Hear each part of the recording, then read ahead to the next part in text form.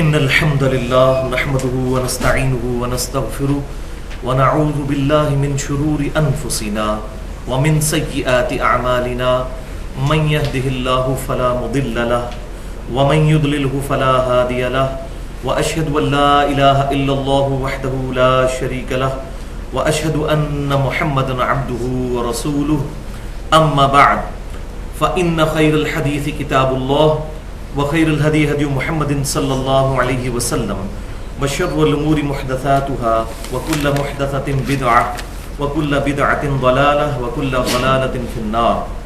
أعوذ بالله السميع العليم من الشيطان الرجيم من همزه ونفخه ونفثه. بسم الله الرحمن الرحيم. رب اشرح لي صدري ويسر لي أمري واحلل عقدة من لساني يفقهوا قولي. بسم الله الرحمن الرحيم. إن الله وملائكته يصلون على النبي يا أيها الذين آمنوا صلوا عليه وسلموا تسليما. اللهم صل على محمد وعلى آل محمد كما صليت على إبراهيم وعلى آل إبراهيم إنك حميد مجيد. اللهم بارك على محمد وعلى آل محمد كما باركت على إبراهيم وعلى آل إبراهيم إنك حميد مجيد. آج قرآن کلاس نمبر 99 میں 13 اپریل 2013 کو ہفتے کے دن انشاءاللہ تعالی ہم عقیدہ حاضر و ناظر کو ان ڈیٹیل ڈسکس کریں گے، جو پھر صوفیاء کے ہاں فنا فی شیخ کا عقیدہ بھی آیا، خصوصاً ہمارے اہل سنت کہلوانے والے تینوں گروہوں میں سے پہلے نمبر پر بریلوی مکتبہ فکر اور دوسرے نمبر پر دیوبند، ان کے اندر یہ عقیدہ پھر راسخ ہوا، اس کا انشاءاللہ انالیسز کریں گے. پچھلے دو مسلسل لیکچر سورۃ الانعام کی آیت نمبر 50 کے کانٹیکسٹ میں ہوئے ہیں، جو مسئلہ نمبر 6A اور 6B کے نام سے اہل سنت پاک .com پر ہمارے یوٹیوب کے چینل 720085 کے تحت اپلوڈ ہو چکے ہیں. وہ دو لیکچر جو تھے ان میں پہلا لیکچر تھا مسئلہ نمبر 6A، عقیدہ علم الغیب سے متعلق فرقہ وارانہ نظریات کا تحقیقی جائزہ، جو کہ 88 منٹ کی گفتگو تھی. اور اس کے بعد دوسرا لیکچر تھا مسئلہ نمبر 6B، الہام، کشف اور خوابوں کی حقیقت سے متعلق فرقہ وارانہ نظریات کا تحقیقی جائزہ، وہ 108 منٹ کی گفتگو. ان لیکچرز کے ساتھ ایک اور کمپلیمنٹری ٹاپک، ایک جڑا ہوا مضمون ہے، اور میں چاہ رہا ہوں کہ اس کو یہیں پر ایڈریس کر لیا جائے تاکہ اس حوالے پر کوئی تشنگی باقی نہ رہے. اور وہ ٹاپک ہے عقیدہ حاضر و ناظر، جو ہمارے سب کانٹیننٹ میں اس نام سے جانا جاتا ہے. ویسے پوری دنیا کے اندر صوفیاء کا یہ عقیدہ سینکڑوں سالوں سے موجود ہے. یہ صرف پاکستان، انڈیا اور بنگلہ دیش کا مسئلہ نہیں ہے، بلکہ پوری دنیا کے اندر، ایون سوڈان کے اندر، الجزائر کے اندر، فلسطین کے اندر، کویت کے اندر، عرب ملکوں کے اندر بھی یہ عقیدہ صوفیاء کے ہاں پایا جاتا ہے. نبی صلی اللہ علیہ وسلم کی مبارک ذات کے بارے میں بھی اور اپنے بزرگوں اور پیروں کے بارے میں بھی. آج سے تقریباً 1.5 سال پہلے میں نے اس ٹاپک پہ 25 منٹ کی گفتگو کی تھی، جو مسئلہ نمبر 7 کے نام سے اہل سنت پاک .com پر اپلوڈ ہے. لیکن اس دفعہ میں نے کیجول گفتگو کی تھی. آج میں انشاءاللہ اس کو ڈیٹیل ایڈریس کروں گا، پھر ہماری جو پرانی گفتگو ہے اس کو ہم آج والی گفتگو سے ریپلیس کروا دیں گے. اور یہاں یہ بھی بات یاد رکھیں کہ یہ جو لیکچرز دوبارہ سے ریکارڈ ہو رہے ہیں، اس کا یہ مطلب نہیں ہے کہ میں نے کوئی موقف اپنا چینج کر لیا ہے. مقصد یہ ہے کہ جو چیزیں اس دوران فیڈ بیک کے طور پر ملی ہیں ان کو ایڈریس کر دیا جائے.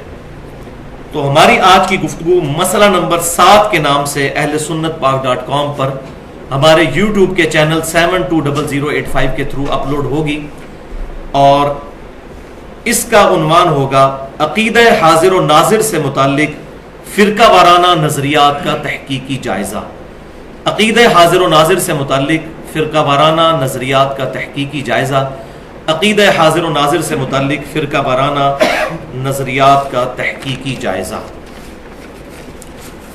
اس لیکچر کے شروع میں بھی میں پھر وہی گزارش کر دوں کہ آج کی گفتگو بھی بڑی محنت کے ساتھ کمپیریٹیو اسٹڈی کرنے کے بعد اس کا مٹیریل تیار کیا گیا ہے، اور یہ انشاءاللہ علی وجہ بصیرت اپنے اعتبار سے ایک منفرد گفتگو ہوگی۔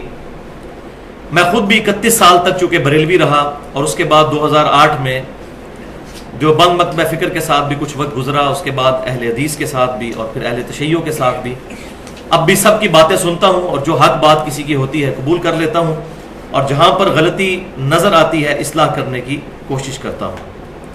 اور بھائیوں، میں پھر وہی اعلان کروں کہ میری روٹی چونکہ دین کے ساتھ جڑی ہوئی نہیں ہے، انشاءاللہ میں بغیر کسی بھی شخصیت اور مکتبہ فکر کے خوف کے حق بات امت تک پہنچانے کی کوشش کروں گا انشاءاللہ تعالی۔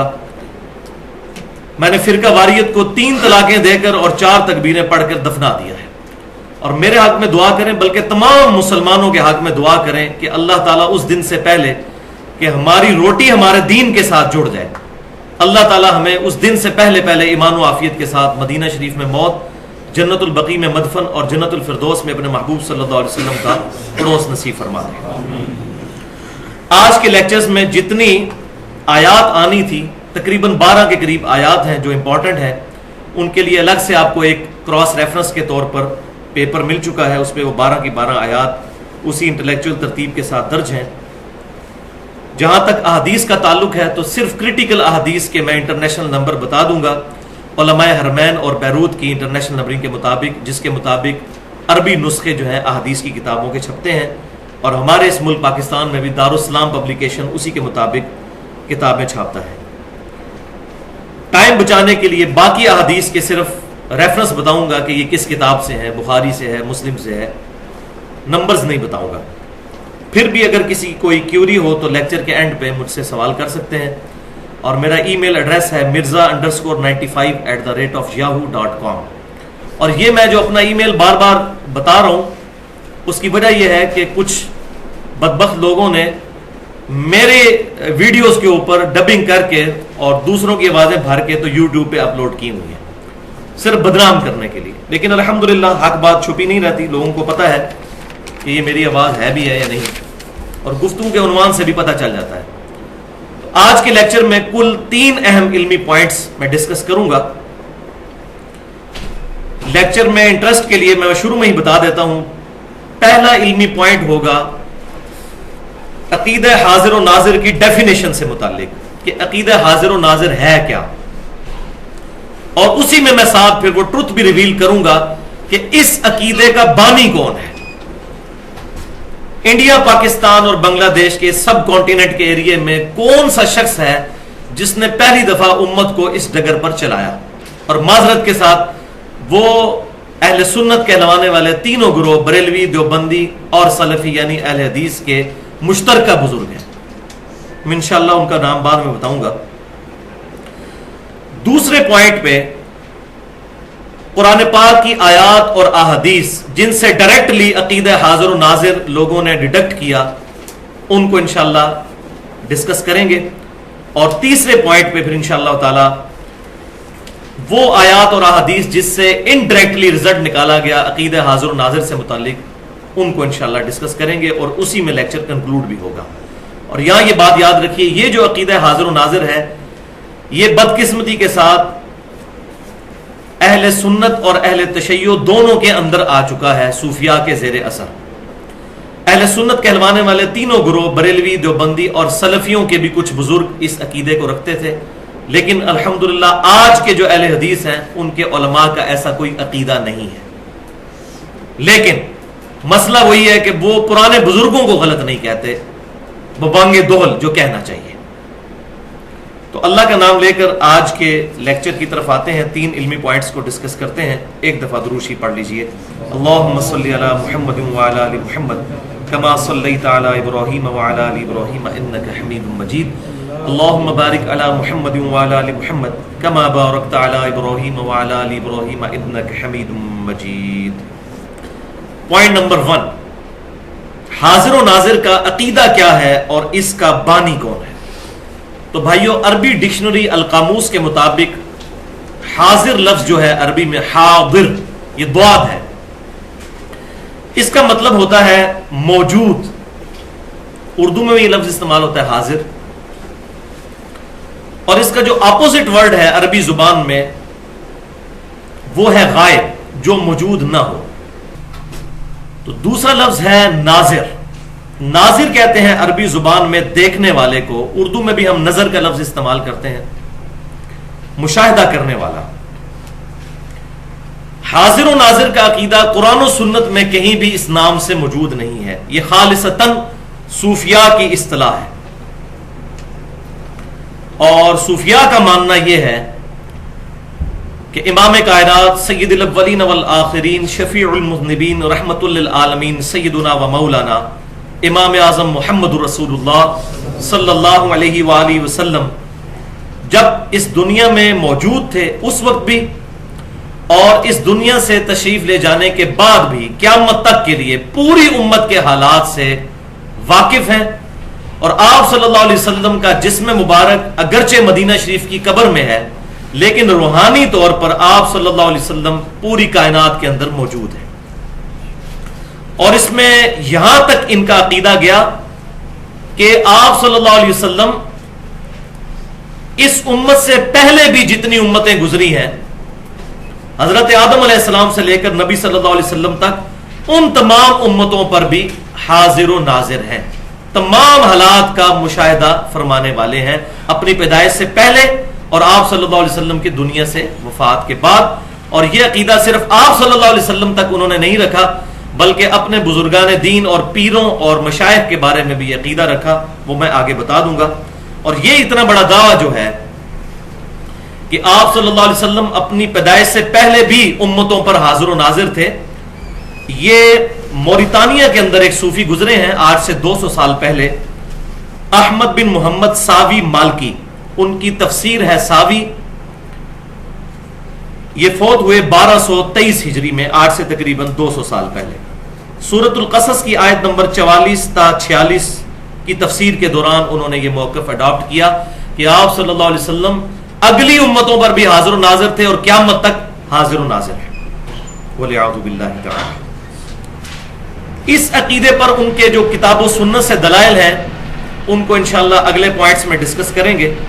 اب اس کڑوی بات کی طرف آئیں کہ اس عقیدے کا بانی کون ہے۔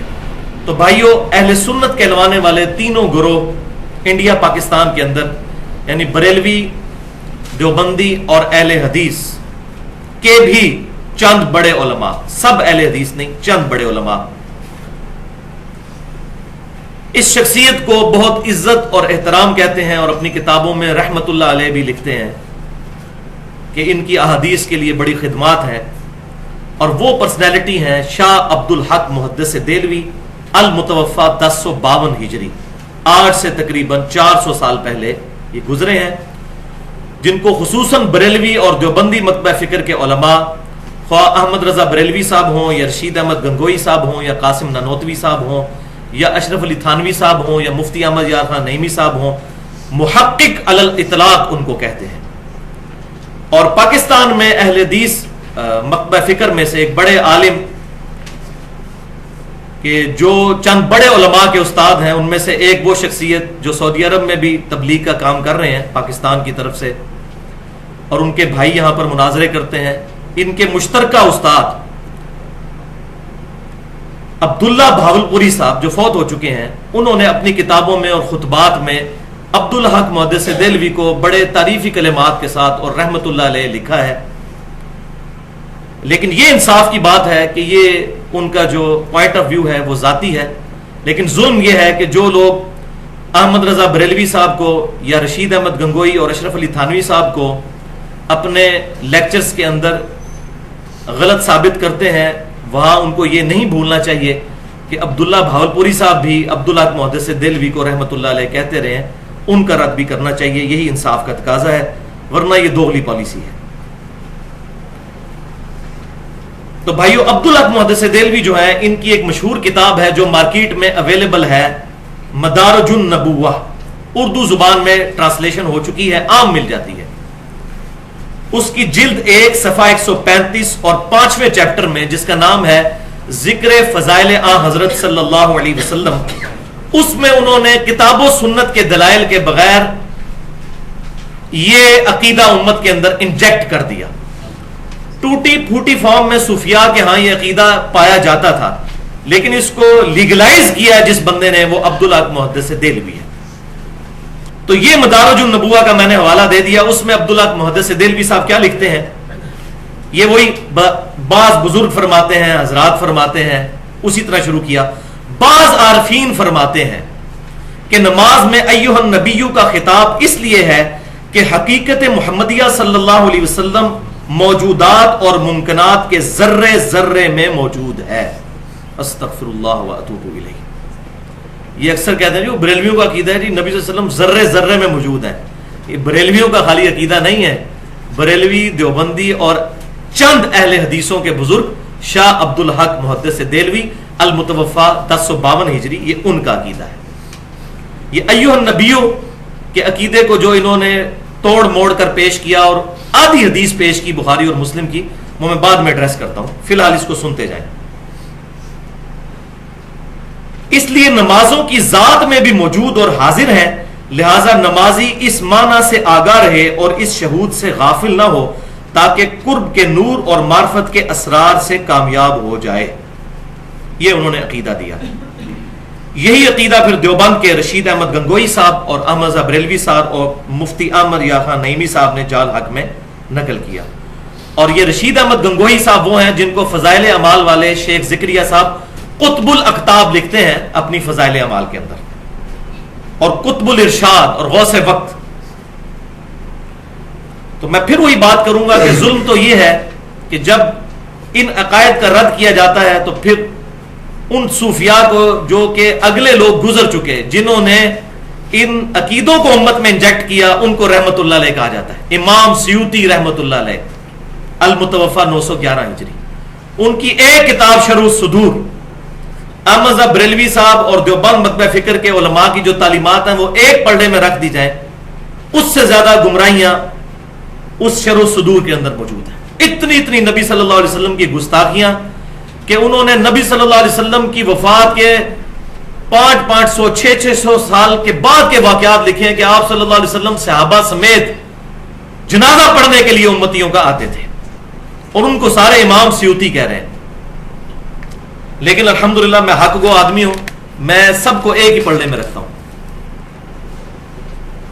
تو میں آج اپنا مقدمہ بریلوی، دیوبندی اور اہل حدیث عوام کی عدالت میں پیش کر رہا ہوں، علماء نہیں، کہ خود فیصلہ کریں کہ جن لوگوں کے یہ عقیدے ہوں ان کو رحمت اللہ علیہ کہنا چاہیے یا ان کے لیے نرم گوشہ رکھنا چاہیے. ہاں لعنت اللہ علیہ نہ کہیں، نہ ان کو کافر کہیں، لیکن کم از کم رحمت اللہ علیہ تو کہنا چھوڑ دیں. تو ان بزرگوں کے ذرا حوالے بھی ملاحظہ فرمائیے. پہلا حوالہ دیوبند مکتبہ فکر کے سب سے بڑے بزرگ رشید احمد گنگوہی المتوفا 1323 ہجری، یعنی تقریباً 8 سے 100 سال پہلے فوت ہوئے. ان کی کتاب ہے امداد السلوک، اس کے صفحہ نمبر 10 پر لکھتے ہیں فنا فی الشیخ کا عقیدہ، کہ پیر کے اندر فنا ہو جانا چاہیے انسان کو. یہ عقیدہ اپنے مریدین کو وہ سمجھا رہے ہیں. ظاہر ہے ان کو سمجھائیں گے تو تبھی ان کو بھی معاملہ لوگ کریں گے ویسا.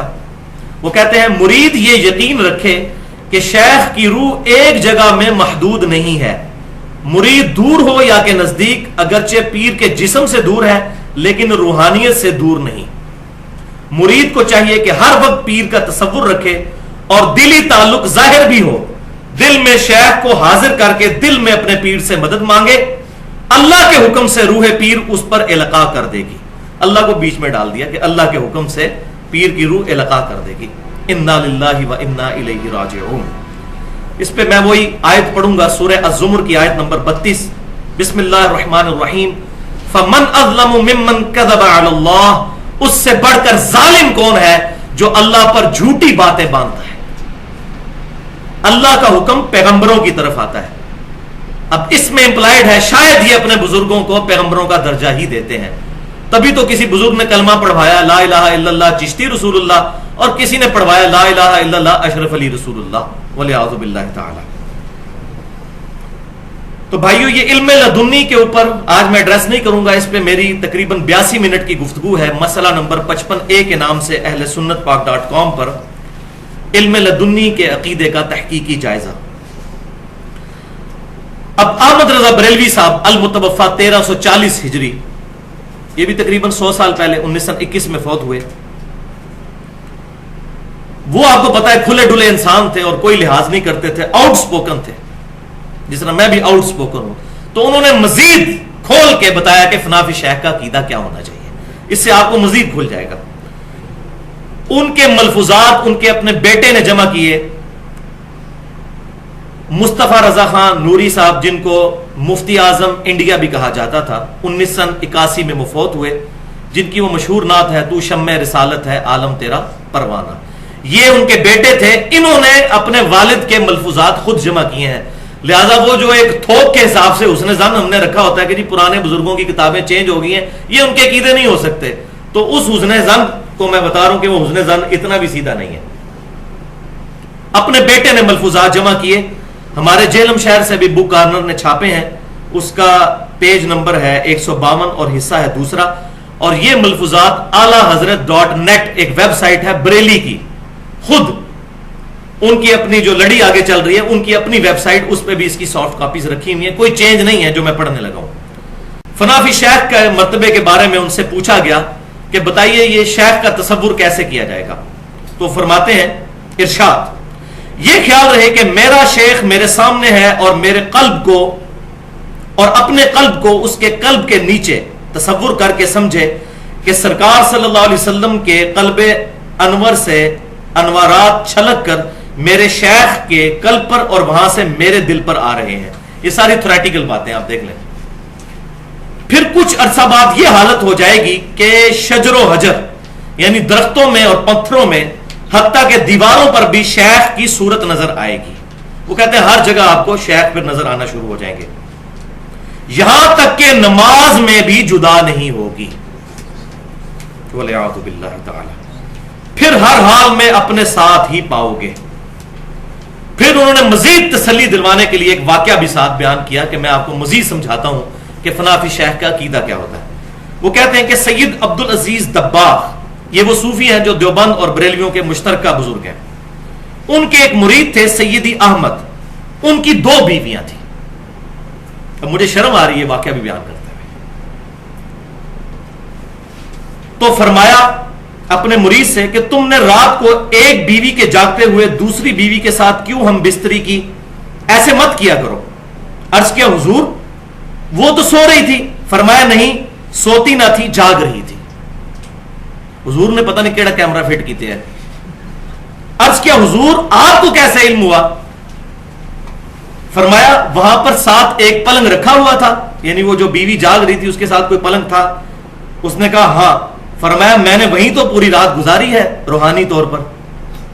شیخ مرید کے ساتھ ہر وقت ساتھ ہوتا ہے اور یہ احساس رکھو کہ پیر کبھی اپنے مرید سے جدا نہیں ہوتا.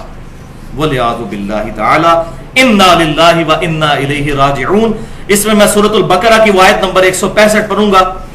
وَمِنَ النَّاسِ مَن يَتَّخِذُ مِن دُونِ اللَّهِ أَندَادًا يُحِبُّونَهُمْ كَحُبِّ اللَّهِ. کہ لوگوں میں ایسے لوگ بھی ہیں جو اللہ کو چھوڑ کر اور ہستیوں سے ایسی محبت کرتے ہیں جو محبت ان کو اپنے رب کے ساتھ رکھنی چاہیے. وَالَّذِينَ آمَنُوا أَشَدُّ حُبًّا لِلَّهِ. اور ایمان والے شدید ترین محبت اپنے رب کے ساتھ رکھتے ہیں. اب یہ دیکھ لیں دیواروں پر، درختوں پر، نماز میں بھی پیر کی صورت نظر آئے گی. یہ فنافی شیخ کا عقیدہ انہوں نے امت کو بتایا. وَلِعَاذُ بِاللَّهِ تَعَالَى. اب کتنے لوگ سوچیں گے جی اتنے بڑے بڑے بزرگ، اتنے بڑے بڑے بزرگ پاگل تھے. اب آپ خود فیصلہ کر لیجئے.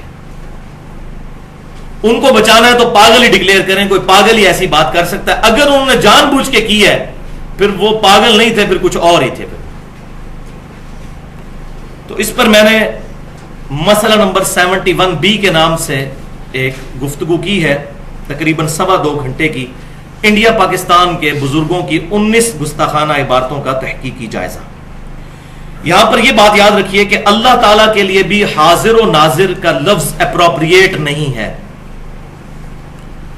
حاضر اردو زبان میں ذرا معیوب بھی ہے. حاضر تو ہمیشہ غلام جو ہے وہ اپنے آقا کی بارگاہ میں ہوتا ہے. تو اللہ کے لیے بھی ہم یہ لفظ نہ استعمال کریں کہ اللہ حاضر و ناظر ہے. عربی زبان میں ٹھیک ہے حاضر موجود کو کہتے ہیں، لیکن یہ اپروپریٹ ورڈ نہیں ہے، اس کے اندر بد عقیدگی کی بو آتی ہے. اس کے پیرلل میں ایک لفظ ہے عالم و ناظر، یہ لفظ استعمال کیا کریں. اب جس کسی کو سنے نا کہ اللہ حاضر و ناظر ہے، اس کو کہنے یہ لفظ غلط استعمال کر رہے ہو. عالم و ناظر، علم والا اور دیکھنے والا. حاضر کا لفظ استعمال کریں گے تو اس میں پھر وہ بد عقیدگی کی بو آتی ہے جو ہماؤست کا عقیدہ ہے، پینتھیزم کا عقیدہ. صوفیاء کے ہاں وحدت الوجود کا عقیدہ آیا. اللہ تعالیٰ یونیورس کے، کائنات کے ذرے ذرے میں موجود ہے. معاذ اللہ، استغفر اللہ. تو پھر اس کے بعد وہ خالق اور مخلوق کا فرق تو ختم کر دیتے ہیں. جب اللہ تعالیٰ کائنات کے ذرے ذرے میں موجود ہے، پھر خالق اور مخلوق کا فرق تو ختم ہو گیا. اللہ تعالیٰ اپنی شان کے لائق اپنے عرش پر مستوی ہے، اور وہاں ہوتے ہوئے بھی ہماری رگے جاں سے زیادہ قریب ہے. نحن اقرب الیہ من حبل الورید. اس لیے عالم و ناظر لفظ استعمال کیا جائے. آج موقع نہیں ہے، اس پہ میں نے 1 گھنٹے کی اپنی نوعیت کی مشکل ترین گفتگو کی ہے. مسئلہ نمبر 41 کے نام سے اہل سنت پاک.com پر اللہ تعالیٰ کے اسماء و صفات کے حوالے سے نور من نور اللہ، وحدت الوجود اور علم الکلام. اور اسی لیکچر میں میں نے ڈاکٹر اسرار صاحب کے ساتھ جو میری 1-to-1 ملاقات ہوئی تھی اس کو بھی میں نے بیان کر دیا ہے. اب آ جائیے جناب علمی پوائنٹ نمبر 2 کی طرف. اس میں ہم انشاءاللہ تعالیٰ وہ آیات اور احادیث ڈسکس کریں گے جن کو بنیاد بنا کر عقیدہ حاضر و ناظر کے نام سے ایک عقیدہ امت میں انجیکٹ کیا گیا، ڈائریکٹ جن کو بنیاد بنایا گیا. اب اپنا ریفرنس پیج نکال لیجئے جس پر 12 آیات موجود ہیں. بسم اللہ الرحمن الرحیم. پہلی آیت ہے سورۃ الاحزاب کی آیت نمبر 45. یا ایھا النبی انا ارسلناک شاہدا ومبشرا ونذیرا وداعیا الی اللہ باذنہ وسراجا منیرا. یہ مشہور آیت ہے.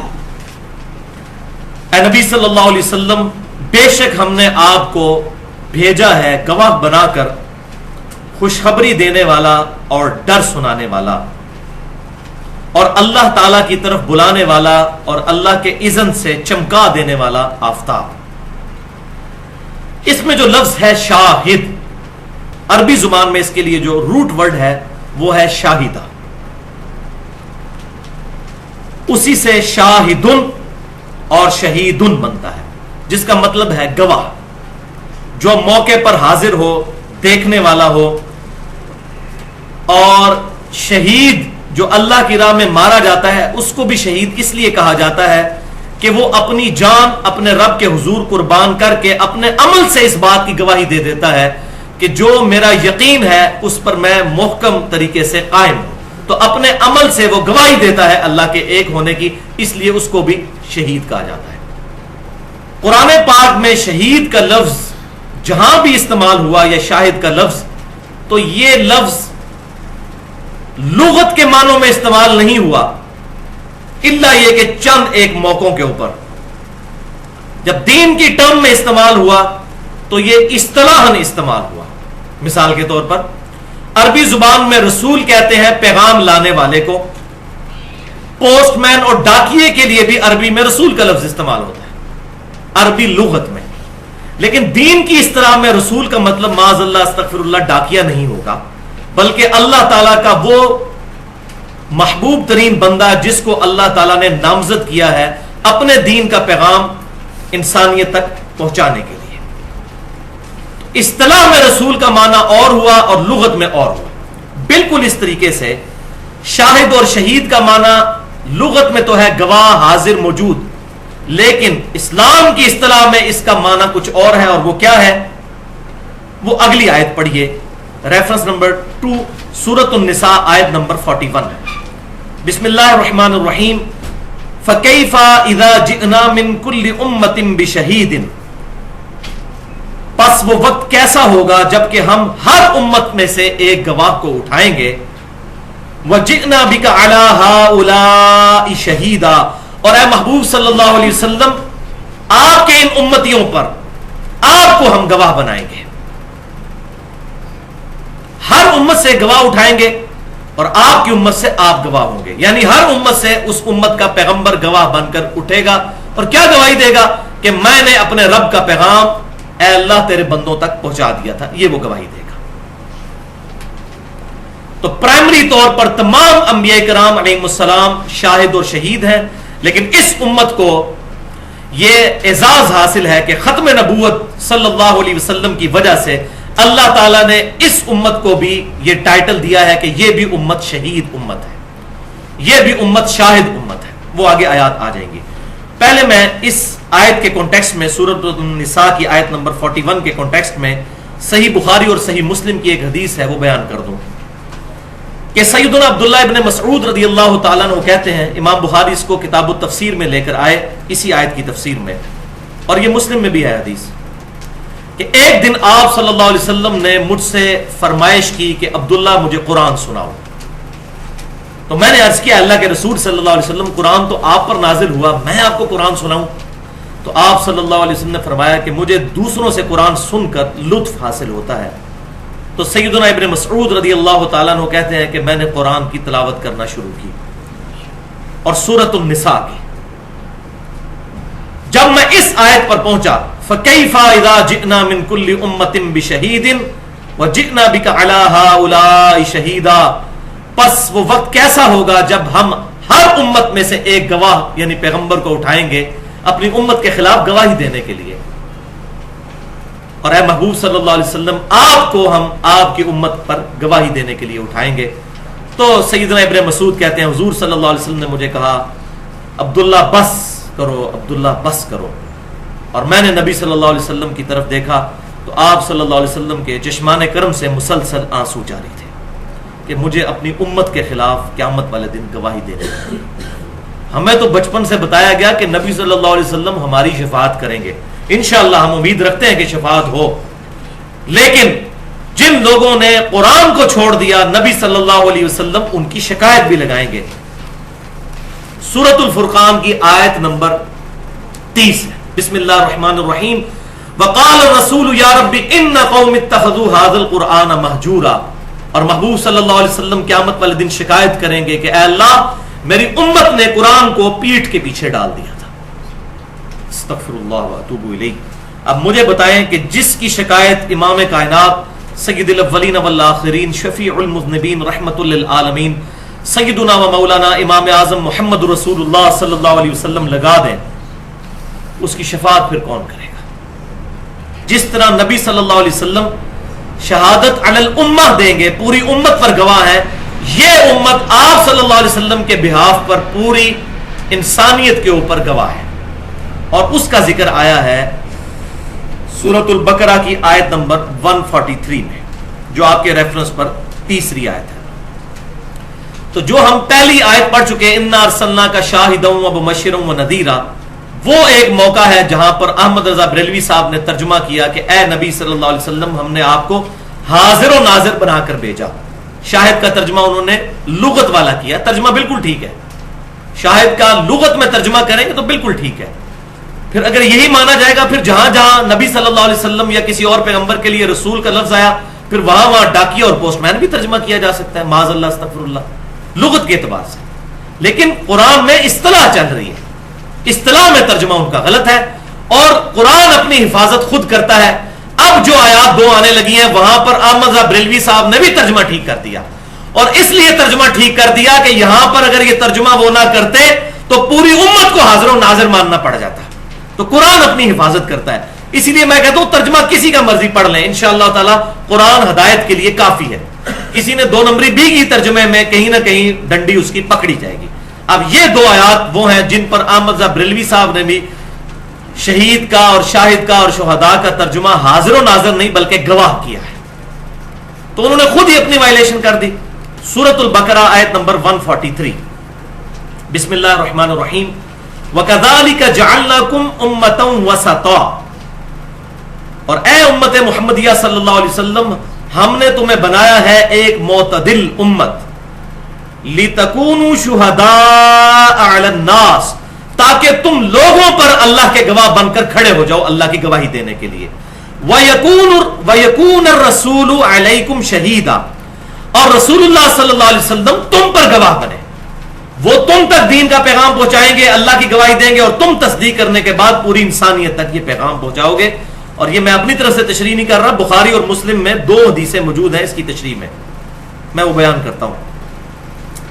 اسی طرح آیت سورۃ الحج کی آیت نمبر 78 جو ریفرنس پہ 4 نمبر ہے, اس آیت میں بھی احمد بریلوی صاحب نے حاضر و ناظر ترجمہ نہیں کیا بلکہ گواہی ترجمہ کیا. ملت ابیکم ابراہیم, پیروی کرو ابراہیم علیہ السلام جو تمہارے باپ تھے ان کے دین کی. وَسَمَّاكُمُ الْمُسْلِمِينَ, جنہوں نے تمہارا نام مسلمان رکھا تھا. یہ قرآن میں واحد موقع ہے جہاں پر مسلم کا لفظ صفت کے طور پر نہیں اسم کے طور پر آیا ہے, اور اسی کے تحت میں کہتا ہوں ہمیں مسلمان اپنے آپ کو کہنا چاہیے فرقہ واریت سے بالا تر ہو کر. من قبل, اس قرآن کے نزول سے پہلے, وفی ہذا, اور اس قرآن میں بھی اللہ نے تمہارا نام مسلم رکھا ہے. لیکون الرسول شہیدن علیکم, تاکہ رسول اللہ تم پر گواہ بنے. وتکونوا شہداء علی الناس, اور تم لوگوں پر گواہ بن کر کھڑے ہو جاؤ اللہ کے. تو یہ شہادت علی الناس, اس کے کانٹیکسٹ میں 2 احادیث بڑی کریٹیکل ہیں. پہلی حدیث صحیح بخاری اور صحیح مسلم کی متفقن علیہ حدیث ہے. بخاری میں انٹرنیشنل نمبر ہے 4406 اور مسلم کا انٹرنیشنل نمبر ہے 4383. یہ یوم النہر کا خطبہ ہے آپ صلی اللہ علیہ وسلم کا, یعنی وفات سے 2.5 مہینے پہلے 10 ذوالحجہ کو قربانی والے دن آپ صلی اللہ علیہ وسلم نے 10 ہجری میں یہ خطبہ دیا. ایک حجۃ الوداع کا خطبہ ہے یوم عرفہ والا, یہ اس سے بھی اگلا خطبہ ہے جو یوم النہر قربانی کے دن آپ صلی اللہ علیہ وسلم نے دیا, اور یہ بخاری اور مسلم دونوں میں ہے. کافی لمبا خطبہ ہے, اس میں الفاظ کچھ یوں بھی ہے کہ تمہارے خون یعنی تمہاری جانیں, تمہارے مال اور تمہاری عزتیں ایک دوسرے پر اسی طرح حرام ہے جیسا کہ آج کا یہ مہینہ یعنی ذوالحجہ کا مہینہ, یہ شہر مکہ اور یہ دن یعنی 10 ذوالحجہ کا دن. اور بھی باتیں ارشاد فرمائیں. اینڈ پر آپ نے فرمایا کیا میں نے تم تک دین کا پیغام پہنچا دیا؟ سب نے بیک زبان کہا بلا یا رسول اللہ, یا رسول اللہ صلی اللہ علیہ وسلم آپ نے پہنچا دیا. پھر آپ صلی اللہ علیہ وسلم نے اللہ تبارک و تعالیٰ کو گواہ بناتے ہوئے کہا اے اللہ گواہ رہنا. اور صحیح مسلم میں جو حجۃ الوداع کا خطبہ ہے 2950 نمبر حدیث کتاب الحج چیپٹر میں, اس میں یہ الفاظ ہے کہ 3 دفعہ آپ صلی اللہ علیہ وسلم نے اپنی مبارک انگلی آسمان کی طرف بلند کی اور پھر صحابہ کی طرف, اے اللہ گواہ رہنا, اے اللہ گواہ رہنا, اے اللہ گواہ رہنا. کہ یہ مان رہے ہیں کل کو مکر نہ جائیں, جیسا کہ اگلی حدیث میں آ جائے گا کہ نوح علیہ السلام کے امتی مکر جائیں گے کہ ہمارے نبی نے تو ہمارے تک پیغام ہی نہیں پہنچایا تھا. پھر آپ صلی اللہ علیہ وسلم کے بخاری اور مسلم کے الفاظ ہیں یوم النہر کے خطبے کے, فَلْيُبَلِّغِ الشَّاهِدُ الْغَائِبُ, پس اب جو یہاں موجود ہے وہ یہ پیغام اس تک پہنچا دے جو یہاں پر موجود نہیں ہے. یہ وہی لفظ شاہد کا کہ اب میرے بہاف پر تم گواہ بن کر اللہ کے کھڑے ہو جاؤ, یعنی میں تو دنیا سے جانے والا ہوں, اب ختم نبوت کی وجہ سے یہ دعوت کا کام اس امت نے کرنا ہے, شہادت علی الناس. اس کو اٹھا کے کہاں پر حاضر و ناظر اور کہاں پر جا کر فنا فی شیخ کا عقیدہ, زمین و آسمان سے بھی زیادہ بڑا فرق موجود ہے. اب یہ چیزیں امت کو پتہ نہیں جو کہ تھیں. دوسری حدیث صحیح بخاری کے اندر کتاب التفسیر چیپٹر میں اسی آیت سورۃ البقرہ کی آیت نمبر 143 وَكَذَلِكَ جَعَلْنَاكُمْ أُمَّةً وَسَطًا لِتَكُونُوا شُهَدَاءَ عَلَى النَّاسِ, اس کی تفسیر میں امام بخاری لے کر آئے ہیں اور امام ترمذی بھی لے کر آئے ہیں کہ قیامت والے دن نوح علیہ السلام اللہ کی بارگاہ میں جب حاضر ہوں گے تو اللہ تعالیٰ فرمائے گا اے نوح کیا آپ نے میرا پیغام اپنی امت تک پہنچا دیا تھا؟ تو نوح علیہ السلام کہیں گے یا اللہ پہنچایا تھا. پھر امت نوح کو بلایا جائے گا علیہ السلام, ان سے پوچھا جائے گا تو امت کہے گی کہ کوئی نہیں پیغام پہنچایا. اگر یہ کہہ رہے ہیں کہ پیغام پہنچایا تو اپنا گواہ پیش کریں. تو نوح علیہ السلام سے گواہ مانگا جائے گا تو نوح علیہ السلام کہیں گے کہ اے اللہ امت محمدیہ اس بات پر گواہ ہے کہ میں نے اپنی امت تک تیرا پیغام پہنچایا تھا. تو پوری امت پھر حاضر و ناظر ہو گئی نا, کیونکہ نوح علیہ السلام نے اس امت کو گواہ بنایا. اگر گواہ کا معنی وہی ہے جو کہ احمد بریلوی صاحب اور رشید احمد گنگوئی صاحب نے لیا اور عبدالحق محدث دہلوی صاحب نے لیا تو پھر آپ بھی حاضر و ناظر ہیں جناب, مسئلہ ہی ختم ہو گیا. پھر تو یہ سارے حاضر و ناظر ہوئے, پھر امت گواہ ہے. ہمیں تو پتہ ہے ہم کوئی حاضر و ناظر نہیں, ہم نے تو نوح علیہ السلام کو کوئی نہیں دیکھا ہوا. گواہی کس بنیاد پر ہوگی؟ اس کتاب کی بنیاد کہ سورہ نوح کے اندر موجود ہے کہ نوح علیہ السلام نے اپنی امت تک اپنا پیغام پہنچایا تھا. اور بڑی دردناک صورت ہے, یقین کریں اشکبار آنکھوں سے پڑنے والی. اے اللہ میں نے ان کو دن کو بھی بلایا, میں نے ان کو رات کو بھی بلایا, ہر موقع پر میں نے انہیں بلایا, لیکن ان کے فرار میں اضافہ ہی ہوا. اور پھر آخر میں دعائے ضرر فرما دی انہوں نے, اور امت ہلاک ہوئی سوائے 78 لوگوں کے. 950 سال محنت کر کے بھی صرف 78 لوگ ایمان لے کر آئے نوح علیہ السلام پر. تو اے اللہ امت محمدیہ گواہ ہے. پھر آپ صلی اللہ علیہ وسلم فرماتے ہیں کہ تم گواہی دو گے نوح علیہ السلام کے حق میں, اور میں تمہارے حق میں گواہی دوں گا کہ تمہاری بات درست ہے. کس بنیاد کے اوپر؟ کتاب اللہ کی بنیاد پر. ہمیں تو آپ صلی اللہ علیہ وسلم پر اس وحی کے نزول سے پہلے ہم تک تو یہ بات نہیں تھی کہ نوح علیہ السلام نام کا کوئی انسان بھی دنیا میں آیا یا نہیں. تو لہٰذا ہم حاضر و ناظر نہیں بلکہ اللہ کے لیے گواہی دینے والے ہیں. اس کے بعد تو ویسے لیکچر آگے چلانے کی ضرورت ہی کوئی نہیں ہے, لیکن شیطان نے اتنے وسوسے پھیلائے ہوئے ہیں, ان کو پھر کہہ دیتے ہیں یہ پوائنٹ تو چھوڑ دیا تھا بیچ میں, ورنہ عام سلیم الفطرت بریلوی دیوبندی اہل حدیث اور اہل تشیع کے لیے اتنی گفتگو کے بعد ہی اس کے علماء کی 2 نمبری اس پر کھل جائے گی انشاءاللہ تعالی. لیکن افسوس کہ وہی بات پھر اس سب کانٹیننٹ میں 2 بڑے بڑے بزرگ جن کو بریلوی دیوبندی اور بعض اہل حدیث بھی بہت بڑا بزرگ مانتے ہیں, پہلے نمبر والے کو تو ضرور مانتے ہیں, وہ ہے شاہ عبد العزیز محدث دہلوی المتوفا 1239 ہجری, آج سے تقریباً 200 سال پہلے. انہوں نے تفسیر عزیزی میں, اور دوسرے دیوبند کے پہلے بزرگ بڑے بزرگ علامہ شبیر احمد عثمانی صاحب جنہوں نے محمد علی جناح کا جنازہ بھی پڑھایا تھا, انہوں نے تفسیر عثمانی میں, اور یہ فوت ہوئے 1369 ہجری میں. ان دونوں نے تفسیر یہ سورۃ البقرہ کی, میں نے تفسیر کی صحیح بخاری سے, انہوں نے خود سے تفسیر کی, اور انہوں نے کہا کہ آپ صلی اللہ علیہ وسلم امت پر گواہ ہیں کیونکہ پوری امت کے نامہ اعمال آپ صلی اللہ علیہ وسلم کی قبر انور میں آپ صلی اللہ علیہ وسلم پر پیش کیے جاتے ہیں, اس لیے امت کی گواہی دیں گے. چلو یہ تو مسئلہ حل کر لیا, تو امت کیسے پھر گواہ ہوئی؟ ہماری قبروں میں بھی نوح علیہ السلام کی امت کے نامہ اعمال پیش کیے جائیں گے, یہ مطلب پھر بنا لیا جائے. اور ہمارے سعودی عرب کے جو بھولے بھالے علماء ہیں وہ بھی 1980 تک حاجیوں کو یہ تفسیر مفت بانٹتے رہے. پھر ان کو بعد میں پتا چلا کہ اس میں تو ایسے ایسی بدعقیدگیاں لکھی ہیں, تو پھر انہوں نے سارے نسخے ریٹریو کر کے ان کو ختم کیا. اب جو ماشاءاللہ قرآن احسن البیان, وہ پاکستان کے ایک بڑے اہل حدیث عالم ہیں صلاح الدین یوسف صاحب, ان کا لکھا ہوا, وہ الحمدللہ کافی حد تک اس طرح کی بدعقیدگیوں سے پاک ہے. تو انہوں نے کہا رسول اللہ صلی اللہ علیہ وسلم پر نامہ اعمال پیش کیے جاتے ہیں, اس لیے قیامت والے دن گواہی دیں گے. بھائیو صحیح مسلم اور جامعہ ترمذی میں حدیث موجود ہے کہ ہر سوموار اور ہر جمعرات کو اللہ کی بارگاہ میں نامہ اعمال پیش کیے جاتے ہیں. اور جامعہ ترمذی میں حدیث آگے چلتی ہے کہ آپ صلی اللہ علیہ وسلم سوموار کا روزہ اور جمعرات کا روزہ اس لیے بھی رکھتے تھے. ایک تو وہ ریزن ہے جو صحیح مسلم میں ہے کہ آپ کی پیدائش کا دن اور وحی کے نزول کا دن ہے سوموار.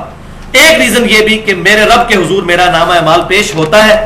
میں اللہ سے یہ خواہش رکھتا ہوں کہ اللہ کے حضور جب میرا نامہ اعمال پیش ہو تو میں روزے کی حالت سے ہوں, آپ صلی اللہ علیہ وسلم نے فرمایا.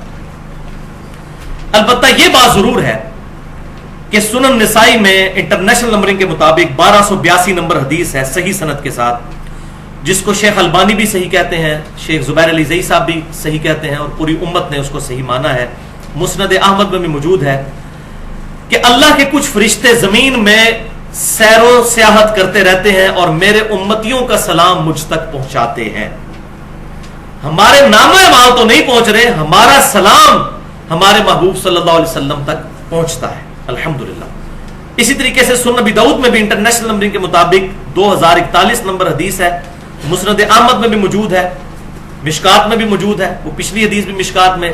اس حدیث کو بھی شیخ البانی اور شیخ زبیر علی زئی صاحب دونوں صحیح کہتے ہیں کہ آپ صلی اللہ علیہ وسلم نے فرمایا, اور یہ زیارت قبور والے چیپٹر میں ہے, قبروں کی زیارت کے لیے جایا جائے, اس چیپٹر میں امام ابو داؤد نے اپنا عقیدہ بھی بتا دیا کہ یہ حدیث قبر رسول پر حاضری کے لیے ہے. کہ آپ صلی اللہ علیہ وسلم نے فرمایا, ابو داؤد کے الفاظ ہیں کہ جب بھی کوئی شخص میرا امتی میری طرف سلام پڑھے گا, اللہ میری روح کو لوٹا دے گا اور میں اس کے سلام کا جواب بھی دوں گا. اس میں کہیں یہ الفاظ نہیں ہے کہ میں سلام سن لوں گا, یہ الفاظ نہیں ہے. یہ عقیدہ جس روایت کے اوپر بنایا گیا وہ اصول محدثین پر ضعیف ہے.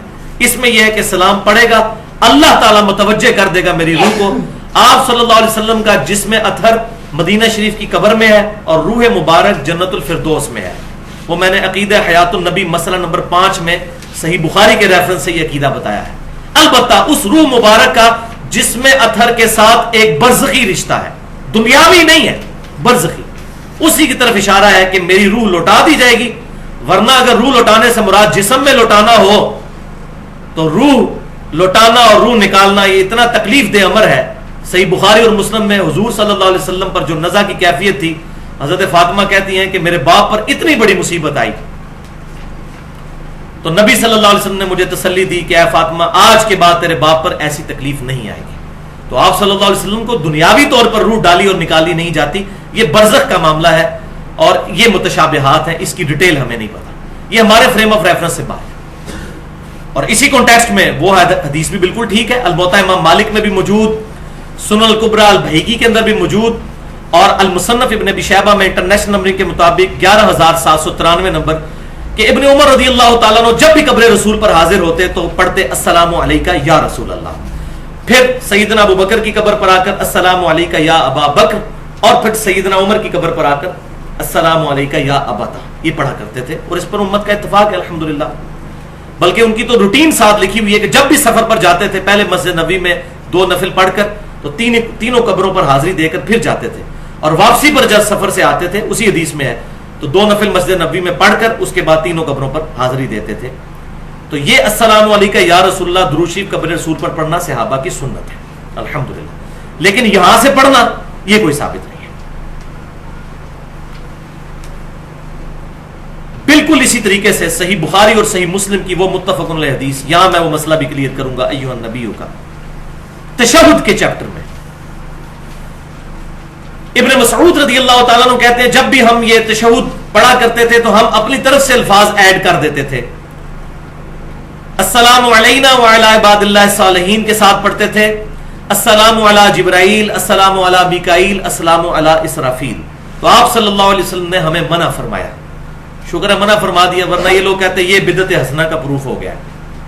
آپ نے فرمایا وہی کہو جو میں نے تعلیم فرمایا ہے، بخاری اور مسلم کے الفاظ ہیں، تم پڑھو السلام علیکہ ایھا النبی ورحمۃ اللہ وبرکاتہ، السلام علینا وعلی عباد اللہ الصالحین۔ جب تم یہ پڑھو گے تو زمین و آسمان میں جہاں بھی کہیں کوئی نیک بندہ موجود ہوگا اس تک تمہارا سلام پہنچ جائے گا، یعنی اللہ تعالیٰ سلام پہنچا دے گا۔ درود شریف میں بھی ہم کہتے ہیں اللہم صلی علی محمد وعلی آل محمد، اللہ تعالیٰ ہمارا سلام پہنچا دے گا۔ اب اللہ کی مرضی ہے فرشتوں کے ذریعے پہنچائے، خود پہنچائے، ہواؤں کے ذریعے، یہ اللہ تعالیٰ کے سبب، اس کی کیفیت میں ہم نہیں پڑھتے سوائے اس کے کہ جو ہمیں احادیث سے پتہ چلا۔ تو تمہارا سلام زمین و آسمان میں ہر نیک بندے تک پہنچ جائے گا، یہ عقیدہ بالکل واضح ہے، اس سے حاضر و ناظر کوئی نہیں ثابت ہوتا بلکہ سلام پہنچتا ہے۔ تو ہم الحمدللہ نماز میں آپ صلی اللہ علیہ وسلم کا تصور رکھ کر ہی نماز میں یہ پڑھ رہے ہوتے ہیں، اے نبی آپ پر سلام ہو انشاءاللہ۔ لیکن اگر کسی کا پیچھے یہ عقیدہ ہے کہ حضور یہاں پر روحانی طور پر موجود ہیں اور میری بات کو سن رہے ہیں، تو ایسا عقیدہ کتاب و سنت کے 100% خلاف ہے اور نبی صلی اللہ علیہ وسلم کی شان میں 100% گستاخی ہے۔ توبہ کرے بندہ اس عقیدے سے۔ جب آپ فرما رہے ہیں کہ سلام پہنچ جائے گا تو یہی عقیدہ ہے۔ اچھا یہاں پر یہ میں بات بتاؤں، ایک جھوٹی بات عوام میں عام ہوئی رد المختار فتاوی شامی کے حوالے سے کہ یہ شب معراج کی اللہ تعالیٰ اور محبوب صلی اللہ علیہ وسلم کی گفتگو ہے۔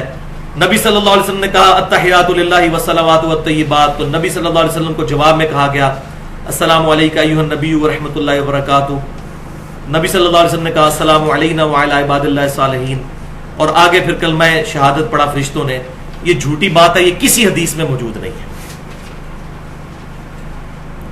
تو اس کو بنیاد بنا کے پھر بعض لوگ کہتے ہیں جی وہ نماز کے اندر حقائقاً درود شریف پڑھنا چاہیے اور سلام پڑھنا چاہیے سٹوری کے طور پر کہ یہ شب معراج میں ہوا تھا، اور یہ بھائی کہیں نہیں ہے۔ بخاری اور مسلم میں الفاظ ہیں کہ آپ صلی اللہ علیہ وسلم ہمیں قرآن کی طرح تشہد تعلیم فرماتے تھے، اور بخاری کے الفاظ ہیں، ابن مسعود کہتے ہیں آپ صلی اللہ علیہ وسلم نے اپنے دونوں مبارک ہاتھوں میں میرا ہاتھ لے کر مجھے تشہد تعلیم فرمایا تھا۔ تو آپ نے تو نہیں کہا یہ میری گفتگو ہے شب معراج، یہ تعلیم فرمایا آپ صلی اللہ علیہ وسلم نے۔ اچھا اچھا یہاں پر میں ایک اور بات بھی عرض کر دوں کہ صحیح بخاری میں ابن مسعود رضی اللہ تعالیٰ عنہ کا ایک قول بھی ساتھ موجود ہے کتاب الاستئذان چیپٹر میں کہ حضور کی وفات کے بعد وہ کہتے تھے السلام علی النبی، السلام علیکہ ایھا النبی نہیں کہتے تھے. تو اس کی وجہ سے پھر دو ایکسٹریم رائے پائی جاتی ہیں. میں اس میں جو حق بات ہے وہ کروں کہ السلام علی النبی سیدنا ابن مسعود رضی اللہ تعالیٰ عنہ کا یہ قول شاذ ہے، کیونکہ امت نے اس قول کو ایکسیپٹ ہی نہیں کیا. امت کا اجماع جو ہے وہ السلام علیکہ ایھا النبی پر ہے کہ یہی کلمات پڑھنے ہیں، ان کو بدلنا نہیں ہے. تو ابن مسعود رضی اللہ تعالیٰ عنہ نے جو بدلا تو یہ ان کا ذاتی عمل ہے. وہ تو معوذتین کو بھی قرآن کا حصہ نہیں مانتے تھے، لیکن امت کا اجماع ہے کہ معوذتین جو ہیں قل اعوذ برب الفلق اور قل اعوذ برب الناس قرآن کا حصہ ہے. تو کسی بھی صحابی کی انڈیویجول رائے حجت نہیں ہے، اجماع صحابہ کا حجت ہے. اور انڈیویجول رائے بھی حجت ہو سکتی ہے اگر مخالفت نہ پائی جاتی ہو. تو چونکہ پوری امت نے ایھا النبی کو ایکسیپٹ کیا، لہٰذا یہ قول شاذ ہو جائے گا. ابن مسعود رضی اللہ تعالیٰ عنہ کا اجماع حجت ہے، اور اس پہ میری 50 منٹ کی گفتگو ہے تقریباً. مسئلہ نمبر 31 کے نام سے اجماع کی حجیت اور اس کی 17 مثالیں. تو یہ میں نے علی النبی والا مسئلہ بھی کلیئر کر دیا، اور یہ عقلاً بھی غلط ہے. اس کی وجہ یہ ہے کہ نبی صلی اللہ علیہ وسلم جب دنیا میں موجود تھے تو اس وقت بھی مسلمان دنیا کے کئی شہروں میں پھیلے ہوئے تھے. حضور تو مدینہ شریف میں تھے، تو کیا مکے والے صحابہ علی النبی پڑھتے تھے؟ وہ تو ایھا النبی ہی پڑھتے تھے.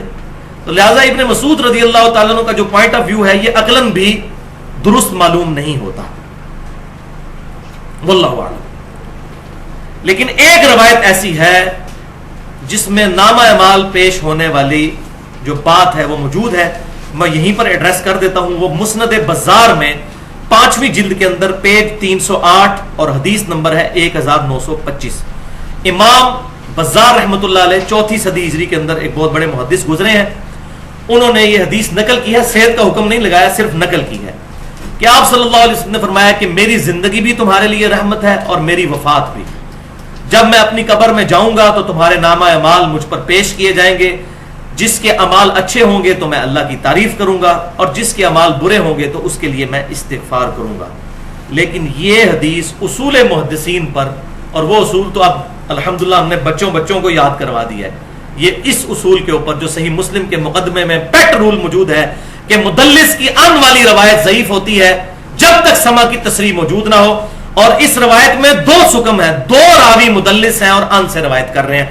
سفیان ثوری مدلس ہیں، ان سے روایت کر رہے ہیں، اور عبد المجید بن ابی داؤد مدلس ہیں، ان سے روایت کر رہے ہیں، اور یہ ضعیف راوی بھی ہے. دوسرا، اگر کوئی کہتا ہے میں صحیح مسلم کے اندر موجود محدثین کے اس رول کو نہیں مانتا کہ مدلس کی ان والی روایت سما کی تصریح کے بغیر ضعیف ہوتی ہے، تو اس کے لیے پھر یہ علمی جواب ہے، اینٹی وینم، کہ مسند احمد میں یہ روایت موجود ہے، اور مشکات میں انٹرنیشنل نمبرنگ کے مطابق 4902 مفاخرت اور عصبیت کے بیان میں کہ آپ صلی اللہ علیہ وسلم نے فرمایا کہ جو شخص اپنے جاہلی نسب پر فخر کرے اس کو کہو کہ اپنے باپ کا عضو تناسل کاٹ کے اپنے منہ میں رکھ لے، اور یہ بات کنائے سے نہ کرو، ڈائریکٹ اس کو کہو کہ اپنے باپ کی شرمگاہ کاٹ کے اپنے منہ میں رکھ لو. وَلِعَوْذُ بِاللَّهِ تعالی. اب یہ حدیث تو ہے، کہتے ہیں کہ حدیث تو ہے نا جی، ڈگری تو ڈگری ہوتی ہے، اصلی ہو یا جعلی. حدیث تو حدیث ہوتی ہے، جعلی ہو یا اصلی. تو یہ نہیں ہے. مسلم کی پہلی حدیث ہی یہی ہے، اور بخاری میں بھی ہے، جس نے میری طرف جھوٹی حدیث منسوب کی وہ اپنا مقام دوزخ میں دیکھ لے. تو یہ معاملہ بڑا سینسٹیو ہے. اگر ساری حدیثیں صحیح ہوتی تو حضور کو یہ بات کہنے کی ضرورت کیوں پیش آتی؟ منکرین حدیث اسی لیے پیدا ہوئے کہ اس قسم کی ساری روایات کو ایکسیپٹ کیا گیا. اللہ کروڑوں رحمت نازل فرمائے محدثین پر جنہوں نے اصول بنا کر حدیث کو پرکھا، تاکہ آج ہم منکرین حدیث کے منہ توڑ سکتے ہیں. الحمدللہ. تو یہ جو حدیث ہے اتنی بےہودہ، یہ قرآن کے بھی خلاف ہے. قرآن پاک میں ہے وَإِنَّكَ لَعَلَىٰ خُلُقٍ عَظِيمٍ، اے محبوب صلی اللہ علیہ وسلم آپ اخلاق کے بلند ترین درجے پر فائز ہیں. اور بخاری اور مسلم کی متفق علیہ حدیث ہے، نبی صلی اللہ علیہ وسلم میں کنواری لڑکیوں سے زیادہ شرم و حیا موجود تھی. آپ کیسے یہ بات ارشاد فرما سکتے تھے؟ اس حدیث میں حسن بصری مدلس ہیں اور ان سے روایت کر رہے ہیں، وہی رول جو کہ وہ اعمال پیش ہونے والی حدیث میں ہے. تو اگر کسی نے اس کو صحیح ماننا ہے تو اس کو بھی صحیح مان کے اپنے ایمان کا بیڑا غرق کر لے. اور حسن بصری تو تابعی ہے، 70 صحابہ کی صحبت کرنے والے، سفیان ثوری اور عبد المجید بن ابی داؤد سے ہزاروں گنا بڑے امام ہیں، لیکن ان کی بھی تدریس والی روایت نہیں مانی جاتی. یہ ساری اصطلاحات سمجھنے کے لیے اور خصوصاً قبر رسول صلی اللہ علیہ وسلم سے ریلیٹڈ جو احادیث امت میں عام کی گئی کہ قبر پر جا کر مانگا جائے. ایک اعرابی آیا, اس نے نبی صلی اللہ علیہ وسلم سے کہا کہ میں نے گناہ کیا ہے, میرے لیے دعا کیجئے. قبر سے آواز آئی, جو ہمارے اکثر بریلوی اور دیوبندی مکتبہ فکر کے بھائی پیش کرتے ہیں. ان تمام احادیث کے بارے میں جو اصول محدثین کیا ہیں, بریلوی دیوبندی اہل حدیث کے مولویوں کے اصول نہیں, پہلے 300 سال کے محدثین کے اصول, اس پہ میرے 2 لیکچرز ہیں. مسئلہ نمبر 36 ضعیف الاسناد اور من گھڑت احادیث کے فتنے کا تحقیقی جائزہ, 1.5 گھنٹے کی گفتگو. اور دوسرا مسئلہ نمبر 43 وسیلہ اور توسل کے صحیح احکام و مسائل, اس میں بھی 1.5 گھنٹے کی گفتگو میں میں نے 5 وسیلے بتائے جو جائز ہیں اور 1 جو ثابت نہیں ہے. اس میں میں نے قبر رسول سے ریلیٹڈ جو روایات ہیں, جو صحیح روایتیں وہ بھی بیان کی اور جو ضعیف ہیں وہ بھی بیان کی الحمدللہ. اب اگلے ریفرنس نمبر 5 پر آ جائیے. ایک اور دلیل بڑی مضبوط ان کے دلائل کے اعتبار سے جو پیش کرتے ہیں, سورۃ الاحزاب کی آیت نمبر 6. بسم اللہ الرحمن الرحیم. النبی اولا بالمؤمنین من انفسہم وازواجہ امہاتہم. ہمارے یہ نبی صلی اللہ علیہ وسلم مومنین کی جانوں سے زیادہ ان پر حق رکھتے ہیں اور ان کی بیویاں امت کی مائیں ہیں. الحمدللہ. اب اس کو دلیل بنایا قاسم ننوتوی صاحب نے بھی اور احمد بریلوی صاحب نے بھی حاضر و ناظر کے عقیدے پر. آپ حیران ہوں گے اس میں سے حاضر و ناظر کیسے نکلتا ہے. وہ دیکھیں کیسے نکالا انہوں نے کہا نبی صلی اللہ علیہ وسلم جانوں سے بھی زیادہ قریب ہیں. اب اردو زبان کا یہی تو مسئلہ ہے, وہ قریب سے مراد فزیکلی قریب نہیں ہے, دل کے قریب قربت. تو کہتے ہیں قریب ہے, اس کا مطلب ہے کہ حاضر و ناظر ہے. حالانکہ اگلا حصہ کیا ہے کہ ان کی بیویاں امت کی مائیں ہیں, یعنی نبی صلی اللہ علیہ وسلم اپنے امتیوں کے محبوب ترین انسان ہیں اور ان کی بیویاں امت کی مائیں ہیں. ماں کا درجہ ان کی بیویوں کو دیتے ہیں اور اپنے نبی سے سب سے بڑھ کر پیار کرتے ہیں. اولا, یہ تھا اس کا معنی, اور مطلب بنا دیا حاضر و ناظر. اور یہ تشریح میں اپنی طرف سے نہیں کر رہا, حضور صلی اللہ علیہ وسلم نے خود اس آیت کی تشریح کی ہے. صحیح بخاری میں اسی آیت کی تفسیر میں, امام بخاری پر قربان جاؤں, اس آیت کو ہیڈنگ بنا کر وہ حدیث لے آئے ہیں, النبی اولا بالمؤمنین من انفسہم. اور وہ کیا ہے کہ آپ صلی اللہ علیہ وسلم نے فرمایا کہ اس دنیا اور آخرت میں مومن کے سب سے زیادہ قریبی میں ہوں. مومن کے مرنے کے بعد اس کا ترکہ جو ہے, چھوڑا ہوا مال, تو وارثوں میں تقسیم ہوگا, لیکن اگر کسی مومن کے ذمہ کوئی قرض ہو تو میں اس کا ولی ہوں, مجھ سے آ کر اس کا قرض ڈیمانڈ کرو, میں اس کا سب سے زیادہ قریبی ہوں. جیسے عورت ولی کے بغیر شادی نہیں کر سکتی, تو حضور نے کہا میں اپنے مومنین کا سرپرست ہوں. ظاہر ہے کہ وفات کے بعد تو نہیں, زندگی کے اندر ہی. آج تو نہیں کوئی شخص کہہ سکتا جا کے قبر رسول پہ کہ یا رسول اللہ فلاں نے میرے اتنے لاکھ دینے ہیں تو مجھے دیں. اپنی زندگی میں آپ صلی اللہ علیہ وسلم جو دنیاوی زندگی آج بھی زندہ ہے برزخی حیات کے ساتھ, دنیاوی زندگی میں کوئی غریب صحابی فوت ہوتا تھا, آپ نے فرمایا میں تمہارا ولی ہوں, مجھ سے آ کر قرضہ ڈیمانڈ کر سکتے ہو, میں اپنے فوت شدہ صحابی کی طرف سے اس کا قرضہ ادا کروں گا. حضور نے خود تفسیر کر دی. اچھا, دوسری حدیث صحیح بخاری اور مسلم کی متفق علیہ حدیث, تم میں سے اس وقت تک کوئی شخص مؤمن نہیں ہو سکتا جب تک کہ میں اسے اس کے ماں باپ, اولاد اور سب لوگوں سے بڑھ کر عزیز نہ ہو جاؤں. یہی معنی. اور تیسری حدیث بھائیو غدیر خم کی حدیث, صحیح مسلم میں بھی, جامعہ ترمذی میں بھی, اور کتنے ریفرنسز اس کے. وہ مسئلہ نمبر 66 بھی جو ہے فضائل حسین رضی اللہ تعالیٰ عنہ والے چیپٹر میں میں نے اس کا پورا ریفرنس بیان کیا ہے. غدیر خم پر بھی آپ صلی اللہ علیہ وسلم نے مولا علی رضی اللہ تعالیٰ عنہ, مولا کا مطلب دلی محبوب, جس طرح ہم علماء کو بھی کہتے ہیں مولانا فلاں, تو مولا علی رضی اللہ تعالیٰ عنہ کا ہاتھ پکڑ کر غدیر خم پر مکے سے مدینے آتے ہوئے اپنی وفات سے 2 مہینے پہلے خم نامی جگہ پر پڑاؤ کرتے ہوئے ایک درخت کے نیچے ان کا ہاتھ پکڑ کر یوں بلند کیا اور آپ نے یہ آیت تلاوت کی, النبی اولا بالمؤمنین من انفسہم وازواجہ امہاتہم. اور یہ آیت پڑھ کر کہا کیا میں تم سب پر تمہاری جانوں سے بھی بڑھ کر حق نہیں رکھتا؟ سب نے کہا یا رسول اللہ آپ ہمیں جانوں سے بڑھ کر عزیز ہیں. تو پھر آپ نے فرمایا من کنت مولاہ فہذا علی مولا, اب جو کوئی مجھے محبوب رکھتا ہے دلی طور پر وہ علی سے بھی محبت کرے گا. یہاں بھی کلیئر ہو گیا کہ یہ اولا مولا کا مطلب کیا ہے, دلی طور پر قریب ہونا, نہ کہ حاضر و ناظر کا عقیدہ. اسی طرح ایک اور دلیل جو سورۃ الانفال کی آیت نمبر 33 ہے, یقین کریں یہ بھی دلائل بیان کرتے ہوئے, آیات پڑھتے ہوئے نہیں, جو دلیل ہے ان کی انہوں نے خود ڈیڈکٹ کی، شرم آتی ہے. آیات تو اپنی حفاظت خود کرتی ہیں. یہ آیت نمبر 6 جو ریفرنس پہ ہے سورۃ الانفال کی آیت نمبر 33. بسم اللہ الرحمن الرحیم. وما كان اللہ لیعذبہم وانت فیہم. اے نبی صلی اللہ علیہ وسلم، اللہ تعالیٰ ان کو کبھی عذاب نہیں دے گا جبکہ آپ ان میں موجود ہیں. وہ کہتے ہیں اس میں لکھا ہوا ہے نا کہ آپ صلی اللہ علیہ وسلم موجود ہیں، تو آپ صلی اللہ علیہ وسلم قیامت تک کے لیے موجود ہیں. دیکھیں امت پر کوئی عذاب ہی نہیں آتا، پتہ نہیں ان کو عذاب کیوں نہیں نظر آتے. عذاب صحیح بخاری کے اندر موجود ہے. اس امت پہ ایسا عذاب بھی آنے والا ہے کہ ان کی شکلیں بندروں خنزیر کی بن جائیں گی. یہ گانے باجے والے ریفرنس میں موجود ہے. یہ پتہ نہیں کس نے پٹی پڑھا دی ہے کہ عذاب نہیں اس امت پر آئے گا. بخاری اور مسلم میں مجھے گھنٹہ چاہیے میں بتاؤں جو اس امت پہ عذاب آنے ہیں. وہ حضور صلی اللہ علیہ وسلم کی صحیح مسلم میں دعا ہے کہ میں نے اپنے رب سے دعا کی کہ ایسا عذاب نہ آئے کہ میری پوری امت ہی ختم ہو جائے. پارشلی عذاب تو امت میں آئیں گے، تو لہٰذا یہ بھی ڈکوسلا جو مچایا تھا یہ بھی میں نے ختم کر دیا. یہ کس نے عقیدہ بتایا کہ عذاب نہیں آئے گا؟ اور پاکستان تو میں سمجھتا ہوں پچھلے 8-10 سال سے اللہ کے عذاب کی لپیٹ میں، کیونکہ یہ وہ ملک تھا جو اسلام کے نام پر بنا تھا، لیکن یہاں پر اسلام کا نفاذ ہم نے نہیں کیا. ابھی پتہ نہیں کتنا امتحان ہمارا باقی ہے. والعیاذ باللہ تعالی. تو اے نبی صلی اللہ علیہ وسلم جب تک آپ ان میں موجود ہیں اللہ ان کو عذاب نہیں دے گا. اس سے پچھلی آیت پڑھتے نہیں ہیں. اس سے پچھلی جو آیت ہے 32 نمبر، اس میں یہ ہے کہ ابو جہل اور اس کے ماننے والے کہتے تھے اے اللہ اگر یہ قرآن واقعی تیری کتاب ہے اور یہ نبی پر حق ہے تو آسمان سے ہم پر عذاب کیوں نہیں نازل ہو جاتا؟ ہم تیرے قرآن اور نبی کو جھٹلا رہے ہیں، ہم پر پتھر کیوں نہیں نازل ہوتے اس جرم کی پاداش میں کہ ہم تیرے نبی کو نہیں مان رہے. تو اس سے اگلی آیت یہ ہے وما كان اللہ لیعذبہم وانت فیہم. اے نبی جب تک آپ مکے میں موجود ہے ہم ان پر عذاب کیسے بھیجیں؟ ہماری تو سنت یہ ہے کہ جب کبھی بھی کافروں پر عذاب بھیجنا ہوتا ہے تو ایمان والوں کو اس علاقے سے نکال لیتے ہیں، پھر کافروں پر عذاب آتا ہے.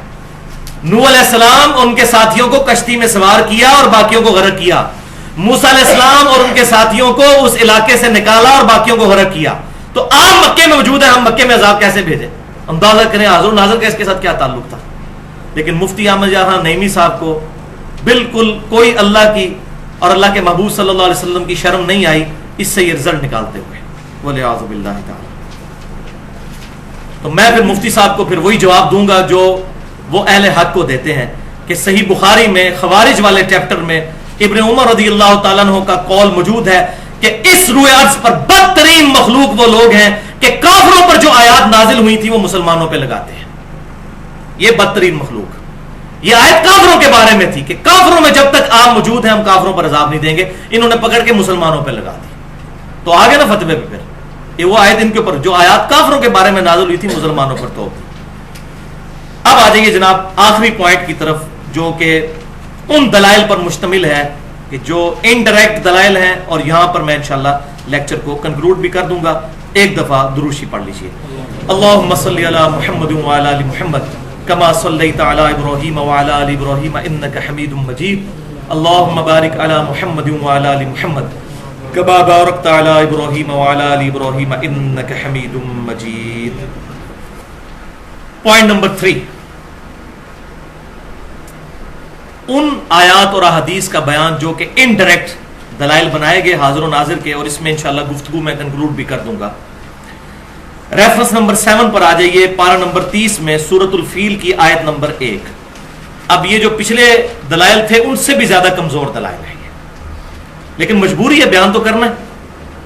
آپ حیران ہوں گے کہ کس طرح خود بدلتے نہیں اور قرآن کو بدل دیتے ہیں. بسم اللہ الرحمن الرحیم. الم تر کیف فعل ربک باصحاب الفیل. اے محبوب صلی اللہ علیہ وسلم کیا آپ نے نہیں دیکھا کہ ہم نے ہاتھی والوں کے ساتھ کیا سلوک کیا؟ یہ اس واقعے کی طرف اشارہ تھا جس سال آپ صلی اللہ علیہ وسلم کی پیدائش ہوئی. اس سال ابراہ نے خانہ کعبہ شریف کو شہید کرنے کی غرض سے حملہ کیا تھا، تو اللہ تعالیٰ کی طرف سے ابابیل کا لشکر آیا اور وہ ہلاک کر دیے گئے. تو کہتے ہیں دیکھیں نبی صلی اللہ علیہ وسلم وہاں پر موجود تھے نا، اسی لیے تو کہا گیا کہ اے نبی صلی اللہ علیہ وسلم کیا آپ نے نہیں دیکھا؟ تو آپ اپنی پیدائش سے پہلے بھی حاضر و ناظر تھے، یہ واقعہ دیکھ رہے تھے. حالانکہ یہ بھائیوں عربی لنگوسٹک میں یہ محاورتاً بات ہوتی ہے کہ کیا آپ نے نہیں دیکھا؟ یہ جو واقعہ ہوا اس کو عام الفیل کہا جاتا تھا، فیل والا سال. اسی سال آپ صلی اللہ علیہ وسلم کی پیدائش بھی ہوئی. لیکن اگر کوئی کہتا ہے نہیں اس سے مراد ہے کہ آپ نے یہ واقعہ دیکھا ہے، تو اگلی آیت یہ ہے، اگر یہاں حاضر و ناظر مراد لیا جائے تو اگلی آیت ریفرنس نمبر 8 سورۃ الانبیاء کی آیت نمبر 30 ہے، اولم یر الذین کفروا ان السماوات والارض کانتا رتقا ففتقناہما، کیا کافروں نے نہیں دیکھا کہ زمین و آسمان ملے ہوئے تھے، ہم نے ان کو پھاڑ کر جدا کیا؟ تو کافر تو اس سے بھی پہلے کے حاضر و ناظر ہیں، زمین و آسمان یعنی بگ بینگ کے وقت بھی کافر حاضر و ناظر، وہی الفاظ ہیں، کیا کافروں نے نہیں دیکھا؟ وہی علم یہاں اولم، وَجَعَلْنَا مِنَ الْمَاءِ كُلَّ شَيْءٍ حَيٍّ أَفَلَا يُؤْمِنُونَ، اور ہم نے ہر زندہ چیز کو پانی سے پیدا کیا، کیا یہ اب بھی ایمان نہیں لائیں گے؟ تو کافروں نے نہیں دیکھا، مراد کیا کہ یہ قدرت کی ساری نشانیاں ان کے سامنے موجود ہیں، یہ نہیں ہے کہ انہوں نے بگ بینگ ہوتے ہوئے دیکھی ہے، یعنی قدرت کے اوپر غور کریں۔ اس پہ میرا پورا لیکچر بھی ہے، who is Allah in the light of latest scientific facts, مسئلہ نمبر 60 کے نام سے، اللہ کون ہے جدید سائنسی حقائق کی روشنی میں، اس میں اسی آیت کو میں نے بنیاد بنایا ہے، بیولوجی کے پوائنٹ آف ویو سے بھی اور اسٹرونومی بگ بینگ کے پوائنٹ آف ویو سے۔ اسی طرح ایک اور آیت مبارکہ وہ پیش کرتے ہیں، سورۃ البقرہ آیت نمبر 54، وَإِذْ قَالَ مُوسَى لِقَوْمِهِ، اور یاد کرو وہ وقت جب موسیٰ علیہ السلام نے اپنی قوم سے کہا تھا۔ یہ قرآن کا سٹائل ہے کہنے کا کہ وہ وقت یاد کرو، وہ کہتے ہیں نہیں جی یاد اس کو کروایا جاتا ہے جو اس وقت موجود تھا، تو نبی صلی اللہ علیہ وسلم وہاں پر موجود تھے، اس لیے کہا جا رہا ہے کہ یاد کرو وہ وقت۔ بھائیو یہ اس لیے نہیں کہا جا رہا، یہ اس لیے کہا جا رہا ہے کہ نبی صلی اللہ علیہ وسلم کے ذریعے سے امت تک یہ پیغام پہنچایا جا رہا ہے، موسیٰ علیہ السلام کے بارے میں جتنے واقعات بیان کر کے، کہ آپ صلی اللہ علیہ وسلم یہ واقعات امت تک پہنچائیں جو آپ کی نبوت پر دلیل بنیں گے کہ آپ کی پیدائش سے 2000 سال پہلے موسیٰ علیہ السلام اور ان کے ساتھیوں کے معاملات ہوئے، اور آپ کی پیدائش سے تقریباً 500 سال پہلے عیسیٰ علیہ السلام اور ان کی والدہ کے معاملات ہوئے، اور وہ واقعات بھی آپ بیان کر رہے ہیں حالانکہ آپ نے کہیں سے کوئی تعلیم نہیں حاصل کی، اللہ نے آپ کو سکھایا ہے، اس کے باوجود آپ اپنی پیدائش سے پہلے کے واقعات بھی بیان کر رہے ہیں۔ یہ اس بات کی دلیل ہے کہ آپ پر وحی نازل ہوتی ہے، خود نہیں جانتے وحی نازل ہوتی ہے، اور اس کی دلیل اگلی آیات سورہ ال عمران آیت نمبر 44 ریفرنس نمبر 10، ذالک من انباء الغیب نوحیہ الیک، اے محبوب صلی اللہ علیہ وسلم یہ غیب کی خبریں ہیں جو ہم آپ کی طرف وحی کرتے ہیں، آپ سے پیدائش کی پہلے کی باتیں۔ وما كنت لديهم اذ يلقون اقلامهم ايهم يكفل مریم، اور اے محبوب صلی اللہ علیہ وسلم جب سیدہ مریم کی کفالت کے لیے قرآن اندازی کی جا رہی تھی پانی میں کلمے ڈال کر کہ کون مریم کی کفالت کرتا ہے، اس وقت آپ وہاں پر موجود نہیں تھے۔ اس کی ڈیٹیل تورات میں ملتی ہے ہمیں، تورات میں نہیں انجیل کے اندر، ظاہر ہے تورات میں تو ہو بھی نہیں سکتی، کہ عیسیٰ علیہ السلام کی جو والدہ تھیں ان کی کفالت کے لیے اختلاف پیدا ہوا۔ اس وقت چیف پریسٹ جو تھے ہیکل سلیمانی کے جو بڑے کاہن تھے وہ سیدنا زکریا علیہ السلام تھے، ٹیمپل آف سلیمان کے، تو انہوں نے ان پر اللہ تعالیٰ نے یہ وحی کی کہ آپ قرآن اندازی کریں کہ پانی کے بہاؤ پر کلمے رکھیں، جس کی قلم پانی کے بہاؤ کے اپوزٹ چلنا شروع کر دے گی، یہ تو بڑا ناممکن سی بات ہے، وہ تو پانی کے ساتھ ہی قلم بہ جائے گی، تو جس کی اپوزٹ چلے گی نا تو وہ کفالت کرے گا سیدہ مریم کی۔ تو سیدنا زکریا علیہ السلام کی اپوزٹ چلنا شروع ہو گئی تھی، تو وہ خالو بھی تھے سیدہ مریم کے، ان کے حصے میں یہ معاملہ آیا کہ انہوں نے کفالت کی سیدہ مریم کی، تو اس کی طرف اشارہ ہو رہا ہے کہ اے نبی صلی اللہ علیہ وسلم جب وہ کلمے ڈال رہے تھے آپ تو وہاں موجود نہیں تھے، وما كنت لديهم اذ يختصمون، اور نہ آپ اس وقت وہاں موجود تھے جب ان میں جھگڑا ہو رہا تھا۔ کیا مراد کہ آپ موجود نہیں تھے، تب بھی آپ یہ باتیں بیان کر رہے ہیں وحی کی وجہ سے، یہ آپ کی نبوت کی دلیل ہے۔ اب اللہ تعالیٰ کہہ رہا ہے کہ موجود نہیں تھے، جب ہم یہ آیت پیش کرتے ہیں تو مفتی احمد جان نعیمی صاحب نے جال میں اس کا جواب بھی دے دیا ہے، انہوں نے کہا اس میں لکھا ہوا ہے کہ موجود نہیں تھے، یہ تو نہیں لکھا ہوا کہ وہاں پر شاہد نہیں تھے، موجود کہیں اور تھے لیکن دور سے دیکھ رہے تھے، جیسا کہ آج قبر انور میں رہتے ہوئے ہمیں دیکھ رہے ہیں۔ اور دیو جی جواب کہتے ہیں تو موجود کی نفی ہے، حاضر کی نفی ہے، ناظر کی نفی نہیں ہے۔ واقعی جو انہوں نے فٹ ان کیا اس کے مطابق ان کی بات بالکل ٹھیک ہے کہ حاضر کی نفی ہے، ناظر کی نہیں ہے۔ تو میں بڑا عرصہ پریشان رہا کہ کوئی آیت ایسی ملے جس میں حاضر و ناظر دونوں کی نفی ہو، یعنی موجود ہونے کے بھی اور دیکھنے کی بھی۔ اور وہ اللہ تعالیٰ نے آیت ڈالی ہوئی ہے. اللہ نے اس کتاب کی حفاظت کرنی ہے. اگلی آیت سورۃ القصص کی آیت نمبر 44 ریفرنس نمبر 11. وما كنت بجانب الغربی، اے محبوب صلی اللہ علیہ وسلم آپ کوہ طور کی مغربی جانب موجود نہیں تھے. اذ قضینا الی موسی الامر، جبکہ ہم نے موسیٰ علیہ السلام کی طرف اپنا حکم نازل فرمایا. اب وہ پتہ چل گیا وہ کیا تھا. وَإِذْ قَالَ مُوسَىٰ، تو موسیٰ علیہ السلام کی طرف جب ہم نے وحی بھیجی تو اے نبی آپ تو کوہ طور پر وہاں موجود نہیں تھے. وَمَا كُنْتَ مِنَ الشَّاهِدِينَ، اور نہ ہی آپ گواہوں میں شامل تھے، نہ ہی آپ ناظر تھے. کیا مطلب؟ وَمَا كُنْتَ، نہ تو آپ حاضر تھے، وَمَا كُنْتَ مِنَ الشَّاهِدِينَ، اور نہ ہی آپ ناظر تھے. اب آپ سوچ رہے ہوں گے اس آیت کا تو جواب دیا ہی نہیں جا سکتا. واقعی نہیں دیا جا سکتا. اس کا جواب دینے کے لیے انسان کو اپنے ایمان سے ہاتھ دھونا پڑے گا، اور وہی کیا مفتی احمد یار خان نعیمی صاحب نے کہ انہوں نے آیت آدھی لکھی، وما کنت من الشاہدین لکھے ہی نہیں جال حق کے اندر، اور جواب دیا کہ اس میں تو یہ لکھا ہوا کہ حضور وہاں موجود نہیں تھے. یہ کہاں لکھا ہوا کہ حضور شاہد بھی نہیں تھے؟ استغفر اللہ واتوب الیہ، لعنت اللہ علی الکاذبین. ایک آیت کا آدھا ٹکڑا لکھنا، افتؤمنون ببعض الکتاب وتکفرون ببعض، کتاب کے کچھ حصے پر ایمان لاتے ہو، کچھ کو چھوڑ دیتے ہو. اب جواب لکھتے ہوئے اس کو نہیں نظر آ رہا تھا کہ یہ آدھی لین کی یہ آیت ہے، میں آدھی لکھ رہا ہوں. پھر جواب بھی ایسا لکھا کہ جس کے بعد اس نے زن قائم ہی نہیں رہ سکتا کہ ان کو آیت پتہ نہیں چلی ہوگی، اس کے اپوزٹ بات لکھی. اور احمد بریلوی صاحب کے بھی کان کھڑے ہو گئے اس موقع پر، یہ تو سارا بیڑا غرق ہو جائے گا. پہلے تو فرق کر دیتے تھے شاہد اور شہید کا، ہم نے تو شاہد کا ترجمہ کیا ہے، شہید کا جو ہے وہ گواہی ہے، شاہد کا مطلب حاضر و ناظر ہے. اب یہاں پر شاہد تھا لفظ، شہید نہیں تھا.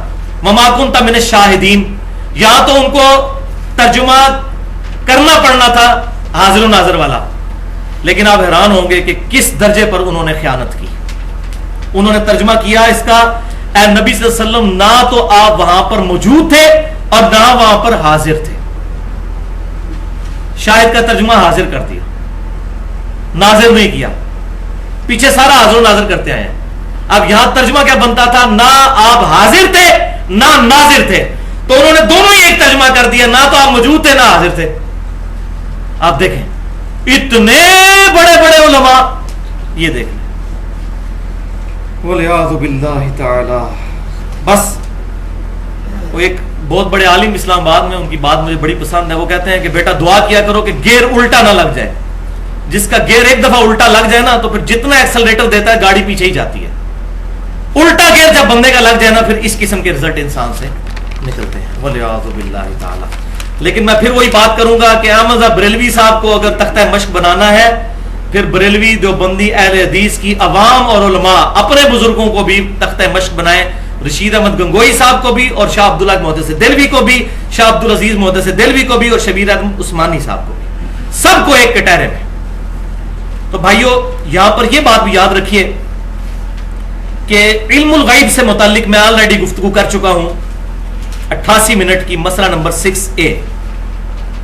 اور وہاں پر میں نے یہ بالکل کھول کر بات بیان کی تھی کہ اللہ تعالیٰ جب بھی چاہتا ہے اپنے پیغمبروں کو ان کی پیدائش سے پہلے کے واقعات، ان کی زندگی کے واقعات اور مستقبل کے قیامت تک آنے والے واقعات کی خبر دے دیتا ہے. اور وہی غیبی خبریں ہوتی ہیں، اور وہی پیغمبر کے پاس علم الغیب ہوتا ہے. پیغمبر عالم الغیب نہیں ہوتا، علم الغیب رکھنے والا ہوتا ہے اللہ تعالیٰ کی طرف سے غیبی خبر کی وجہ سے. اور اس میں نے درجنوں مثالیں بخاری اور مسلم سے دی، آج محل نہیں کہ میں اس کو ریپیٹ کروں. لیکن صرف پیغمبر، اس میں نے بتایا تھا بخاری اور مسلم میں حدیث ہے صحابہ کو 4 فٹ نیچے قبر میں عذاب قبر نظر نہیں آیا، لیکن نبی صلی اللہ علیہ وسلم کو اللہ تعالیٰ نے دکھایا. تو صحابہ کو کشف القبور نہیں ہوتا تھا. یہ بعد والے بزرگ کہتے ہیں ہمیں کشف القبور ہو جاتا ہے. یہاں پر عقیدے کے ضمن کے اعتبار سے ایک حدیث جو بخاری اور مسلم کی متفق علیہ حدیث ہے، واقعہ معراج کے کانٹیکسٹ میں، کہ جب نبی صلی اللہ علیہ وسلم معراج سے واپس آئے تو کافروں نے عجیب و غریب سوال کیے کہ بتائیے، آپ کہتے ہیں کہ میں رات کی رات اتنی دور سے ہو کر آ گیا ہوں جو 1.5-2 مہینے کی مسافت ہے، اور آپ ایک رات میں وہاں سے بھی اور آسمانوں سے بھی ہو کر آگے، اور خواب میں آئے ہوتے تو وہ مان ہی لیتے کہ یار خواب تو کوئی بندہ بھی دیکھ سکتا ہے. اس سے یہ بات بھی پتہ چلی کافر جو نہیں مانتے تھے وہ فزیکلی ہونے کی وجہ سے، ورنہ خواب میں تو ہم بھی کئی بار اڑ رہے ہوتے ہیں، وہ فزیکلی آپ وسلم کا دعویٰ تھا. تو ان کا ایسا بتائیے بیت المقدس کے دروازے کتنے ہیں، اس کی دیواروں کا رنگ کیا ہے، اس کی سیڑھیاں کتنی ہیں. اب ایک بندہ گیا ہی ایک دفعہ ہے اور وہ بھی رات کے وقت میں یہ 3 سالوں میں درجنوں دفعہ یہ سیڑھیاں چڑھا ہوں، مجھے نہیں پتا کہ یہ بار کلر کیا ہے اس کا باہر ہماری اکیڈمی کا، سیڑھیاں کتنی ہیں نہیں ہوتا ذہن میں. تو نبی صلی اللہ علیہ وسلم کہتے ہیں کہ میں پریشان ہوا اور اتنا پریشان ہوا کہ میں ان کے سوالوں کے جواب نہیں دے سکوں گا اور یہ مجھے جھٹلائیں گے. تو میں حتیم میں کھڑا ہوا تو اللہ نے بیت المقدس مکے میں میرے سامنے کر دیا. وہ جو مجھے پوچھتے جاتے تھے میں دیکھ کر بتاتا چلا جاتا تھا. تو آپ صلی اللہ علیہ وسلم پر یہ معجزہ اللہ کی طرف سے اس وقت ظاہر ہوا. آپ پریشان کیوں ہوئے؟ اگر حاضر و ناظر والا عقیدہ ہوتا تو آپ وہاں بھی موجود تھے، یہاں بھی موجود تھے، بتا دیتے. تو پریشان اس لیے ہوئے کہ یہ والا عقیدہ ہی امت کے اندر نہیں موجود تھا اس وقت. نبی صلی اللہ علیہ وسلم کے علم میں بھی یہ عقیدہ نہیں تھا کہ یہ عقیدہ ہونا چاہیے. اور مسلم کے الفاظ ہیں، انٹرنیشنل نمبر کے مطابق 430 نمبر حدیث ہے کہ میں نے بیت المقدس میں انبیاء کی امامت بھی کروائی. اسی کی وجہ سے امام الانبیاء کہا جاتا ہے. ایک بہت بڑے بریلوی عالم وہ مجھے کہنے لگے جی آپ تو حدیث کرتے ہیں اور قرآن حدیث کرتے ہیں اور آپ کہتے ہیں امام الانبیاء، تو قرآن حدیث سے یہ بھی کوئی نہیں ثابت. دیکھا کس طرف چل پڑے جب وہ انسان کو بغض آ جاتا ہے. میں نے کہا آپ کے پاس قرآن حدیث میں نہیں، ہمارے پاس مسلم شریف میں 430 نمبر حدیث ہے کتاب الایمان میں کہ نبی صلی اللہ علیہ وسلم نے انبیاء کی امامت فرمائی ہے بیت المقدس میں، اس لیے ہم امام الانبیاء کہتے ہیں الحمدللہ. تو خاموش ہو گئے. تو مسلم کے الفاظ ہیں کہ میں نے امامت کروائی. اس کے بعد میں جب آیا یہاں پر مکہ میں تو مجھ سے کفار نے سوال کیے. میں اتنا غمناک ہوا کہ اعلان نبوت کے بعد کبھی اتنا پریشان نہیں ہوا تھا کہ میں ان کے سوالوں کے جواب ہی نہیں دے سکوں گا اور یہ مجھے جھوٹا کہیں گے. پھر اللہ نے بیت المقدس کو میرے سامنے کر دیا. اس لیے بھائیو صحابہ کرام کا عقیدہ بالکل واضح تھا. اور یہ ایک حدیث جو میں آپ بتانے جا رہا ہوں، اگر آپ یہ ایک حدیث یاد کر لیں تو 3 عقیدے امت کو سمجھا سکتے ہیں. عقیدہ علم الغیب، عقیدہ حاضر و ناظر اور عقیدہ استعانت یعنی غیر اللہ سے مدد مانگنا. یہ تینوں عقیدے ایک حدیث جو صحیح بخاری میں بھی ہے اور صحیح مسلم میں بھی ہے تینوں عقیدوں کو کلیئر کر دیتی ہے. اور الحمدللہ ہم اہل سنت کے منہج پر چلنے والے لوگ اسی عقیدے پر ہیں. اہل سنت فرقہ نہیں. شراب کی بوتل کے باہر روح افزا لکھ لینے سے روح افزا نہیں بن جائے گی، یہ جامع شیرینی وہ بن جائے گی. اہل سنت وہی ہوں گے جو کتاب و سنت کے منہج پر ہوں گے. یہ تینوں عقیدے صحیح بخاری میں 4086 نمبر اور صحیح مسلم میں 4917 نمبر حدیث ہے. تینوں عقائد کلیئر کرے گی. اور ہمارے ریسرچ پیپر نمبر 3 دعا صرف اللہ ہی سے، اس کے بھی پیج نمبر 5 کے اوپر یہ حدیث موجود ہے پورے ریفرنسز کے ساتھ. یہ 2 مختلف واقعات ہیں. مسلم کے 4917 کے میں الفاظ پڑھنے لگا ہوں کہ جب 70 صحابہ کو دھوکے سے شہید کر دیا گیا، جس کے غم میں نبی صلی اللہ علیہ وسلم نے 1 مہینے تک قنوت نازلہ بھی کفار کے لیے دعائے ضرر بھی فرمائی تھی. جب ان کو دھوکے سے شہید کیا گیا تو آپ صلی اللہ علیہ وسلم مدینہ شریف میں تھے اور دوسری جگہ پر ان کو شہید کیا گیا تو آپ صلی اللہ علیہ وسلم غمناک حالت میں وہاں بیٹھے ہوئے تھے اور فرمایا کہ ابھی ابھی جبرائیل علیہ السلام میرے پاس آئے، انہوں نے اللہ کی طرف سے مجھے یہ اطلاع دی ہے کہ تمہارے ساتھیوں کو دھوکے سے شہید کر دیا گیا. 70 حضور کے ٹیلنٹڈ سٹوڈنٹ اصحاب صفہ میں سے جو حضور نے تعلیم کے لیے بھیجے، اور انہوں نے شہادت کے وقت تمہارے رب کے حضور یوں دعا کی، اللہم بلغ عنا نبینا، اے رب ہمارے نبی تک ہمارا پیغام پہنچا دے. انہوں نے کہا فرشتوں یہ پیغام دے دو. فرشتوں کو پکارنا بھی شرک ہے. اے اللہ تو ہمارے نبی کو ہمارے حال کی خبر کر دے. اللہ نے اذن دیا ہو تب بھی پکارنا شرک ہے. حضرت میکائیل علیہ السلام اور فرشتوں کو اذن ہے نا بارش برسانے کا اللہ کی طرف سے، تو ہم کیا کہیں گے میکائیل بارش برسا دو کہ گرمی کا موسم قریب آ رہا ہے؟ نہیں. اے رب ہمارے نبی کو ہمارے حال کی خبر کر دے، انا قد لقینک فرضینا عنک، کہ ہم بے شک تجھ سے مل چکے اس حال میں کہ ہم اپنے رب سے راضی ہیں، ورضیت عنا، اور اے ہمارے رب تو ہم سے راضی ہے. ہمارے نبی تک یہ پیغام پہنچا دے. اور حضور صلی اللہ علیہ وسلم وہاں اشک بار آنکھوں کے ساتھ اپنے صحابہ کو بتا رہے ہیں کہ تمہارے ساتھیوں نے یہ دعا کی. اب اس میں تینوں عقیدے کلیئر ہو گئے. انہوں نے یا رسول اللہ انظر حالنا نہیں کہا، حضور کو مدد کے لیے نہیں پکارا. عقیدہ استعانت کلیئر ہو گیا.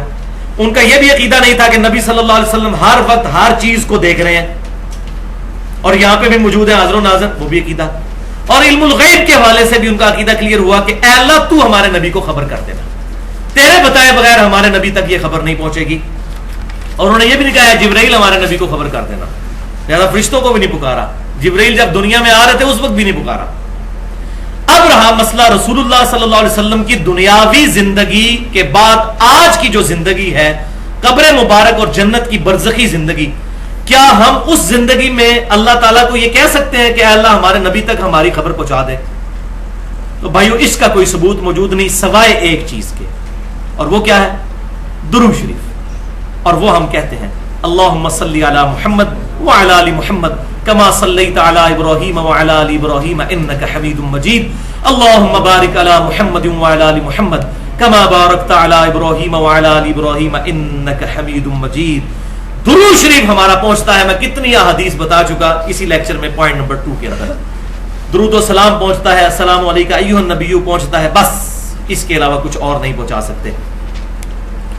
بلکہ صحیح بخاری میں انٹرنیشنل نمبر کے مطابق 1010 نمبر حدیث جو ہمارے ریسرچ پیپر نمبر 1 رسول اللہ کی آخری وصیت ہے اس میں بھی لکھی ہوئی ہے کہ سیدنا عمر فاروق رضی اللہ تعالیٰ عنہ کے مبارک دور میں جب قحط سالی ہوتی تو عباس بن عبد المطلب کو وہ لے کر آتے اور کہتے اے اللہ جب تک تیرے نبی ہم میں موجود تھے ہم ان کو تیری بارگاہ میں پیش کرتے تھے، ان کی دعا کی برکت سے تو ہم پر بارش نازل فرما دیتا تھا. اب آپ صلی اللہ علیہ وسلم کی وفات کے بعد ہم آپ صلی اللہ علیہ وسلم کے چچا کو لے کر آئے ہیں، اے اللہ ہم پر بارش نازل فرما. وہ چچا دعا کرتے تو بارش نازل ہو جاتی. سیدنا عمر حضور صلی اللہ علیہ وسلم کی قبر انور پر بھی جا کر یہ نہیں کہتے تھے یا رسول اللہ اللہ سے دعا کیجیے، کہہ سکتے تھے. حالانکہ حضرت عمر وہ ہیں جو بخاری میں حدیث ہے کہ سیدنا عمر کے مشورے پر نبی صلی اللہ علیہ وسلم نے اپنی مبارک انگلیاں پیالے میں رکھی تھی اور پانی کے چشمے جاری ہوئے تھے، لیکن انہوں نے نہیں کہا یا رسول اللہ صلی اللہ علیہ وسلم قبر انور سے ہاتھ باہر نکالیے، پانی کا میں پیالہ لے کر اس میں ہاتھ رکھیے تاکہ چشمے جاری ہو جائیں، جیسا کہ شیخ زکریا صاحب نے فضائل حج میں لکھا اور الیاس قادری صاحب نے فضائل سنت میں کہ 555 ہجری میں شیخ احمد رفائی کے لیے نبی صلی اللہ علیہ وسلم نے 90,000 لوگوں کی موجودگی میں اپنا ہاتھ مبارک باہر نکال دیا. وہ میں نے پچھلے لیکچر 6B میں کشف خوابوں سے متعلق، الہام سے متعلق اس میں ڈیٹیل سے اس کا انالیسس کیا ہے. تو سیدنا عمر نے امت کو یہ عقیدہ صحیح وقت جو وسیلہ شخصی ہے وہ سمجھا دیا. تو اب ایک ذریعہ ہے خواب، کہ خواب میں نبی صلی اللہ علیہ وسلم کسی کو آ جائیں. میں نے پچھلی دفعہ ڈیٹیل سے ڈسکس کیا تھا صحیح مسلم سے، سنن ابی داؤد سے، مسند احمد سے کہ صحابہ کے بعد بھی تابعین تبع تابعین تبع تبع تابعین کو بھی نبی صلی اللہ علیہ وسلم خواب میں آئے اور اس وقت کے حالات کے اوپر ڈسکشن کی. مثلا سیدنا حسین کی جو شہادت ہے وہ 50 سال بعد ہوئی ہے، لیکن نبی صلی اللہ علیہ وسلم ابن عباس کو خواب میں آئے جو مسند احمد میں موجود ہے. پچھلی دفعہ میں نے کئی خواب بتائے. تو اب کیا یہ عقیدہ رکھا جا سکتا ہے کہ نبی صلی اللہ علیہ وسلم کو عالم برزخ میں دنیا کے حالات کی خبر ہے؟ ایسا عقیدہ امت میں کسی نے پروپیگیٹ نہیں کیا اور نہ اس کے اوپر کوئی واضح دلائل موجود ہیں. ان واقعات کو اگر دلیل بنایا جائے تو اس میں پھر بڑا مسئلہ آ جائے گا. اس کی وجہ یہ ہے کہ میں نے پچھلی دفعہ بتایا تھا کہ خواب جو ہے یہ اللہ تعالیٰ کی طرف سے ایک ورچوئل پروسیجر ہے، تمثیلی مثال کا ایک طریقہ ہے سمجھانے کا. یہ نہیں ہوتا کہ فزیکلی نبی صلی اللہ علیہ وسلم خواب میں آ جاتے ہیں، فزیکلی نہیں ہوتا. یہ اللہ تعالیٰ کی طرف سے ایک چیز دکھائی جاتی ہے. مثال کے طور پر صحیح بخاری میں حدیث ہے، پچھلی دفعہ مجھ سے غلطی سے بھینس کا لفظ نکل گیا، وہ گائے ہے. صحیح بخاری میں حدیث ہے کہ نبی صلی اللہ علیہ وسلم نے غزوہ احد سے پہلے خواب دیکھی کہ ان کے سامنے ایک گائے ذبح ہو رہی ہے اور آپ نے فرمایا کہ میں نے اس سے تعبیر کی ہے کہ میرے صحابہ کو اس جنگ میں بہت تکلیف پہنچے گی، اور وہی ہوا، 70 صحابہ شہید ہوئے. اب گائے اور صحابہ کا کیا لینا دینا، لیکن وہ ایک تمثیل تھی. اسی طریقے سے صحیح بخاری میں حدیث ہے کتاب التعبیر چیپٹر میں نبی صلی اللہ علیہ وسلم کہتے ہیں کہ میں نے خواب میں اپنے ہاتھوں میں 2 سونے کے کنگن دیکھے جن کی وجہ سے میں پریشان ہو گیا. حالانکہ حضور نے تو کبھی سونے کا کنگن نہیں پہنا. پھر آپ فرماتے ہیں میں نے پھونک ماری تو میں نے خواب میں دیکھا وہ غائب ہو گئے. اس کی تعبیر میں نے یہ کی ہے کہ جھوٹے پیغمبر 2 وہ اعلان نبوت کریں گے، اور وہی ہوا. مسلمہ کذاب نے بھی کیا، دوسرے نے بھی کیا، اور ایک عورت نے بھی کیا. کتنے، وہ تو 30 جھوٹے دجال آئیں گے، بخاری اور مسلم میں حدیث ہے. تو اب یہ سونے کے کنگن کو فزیکلی حضور نے تو نہیں کبھی پہنے. تو یہ سارا معاملات ہے تمثیلی.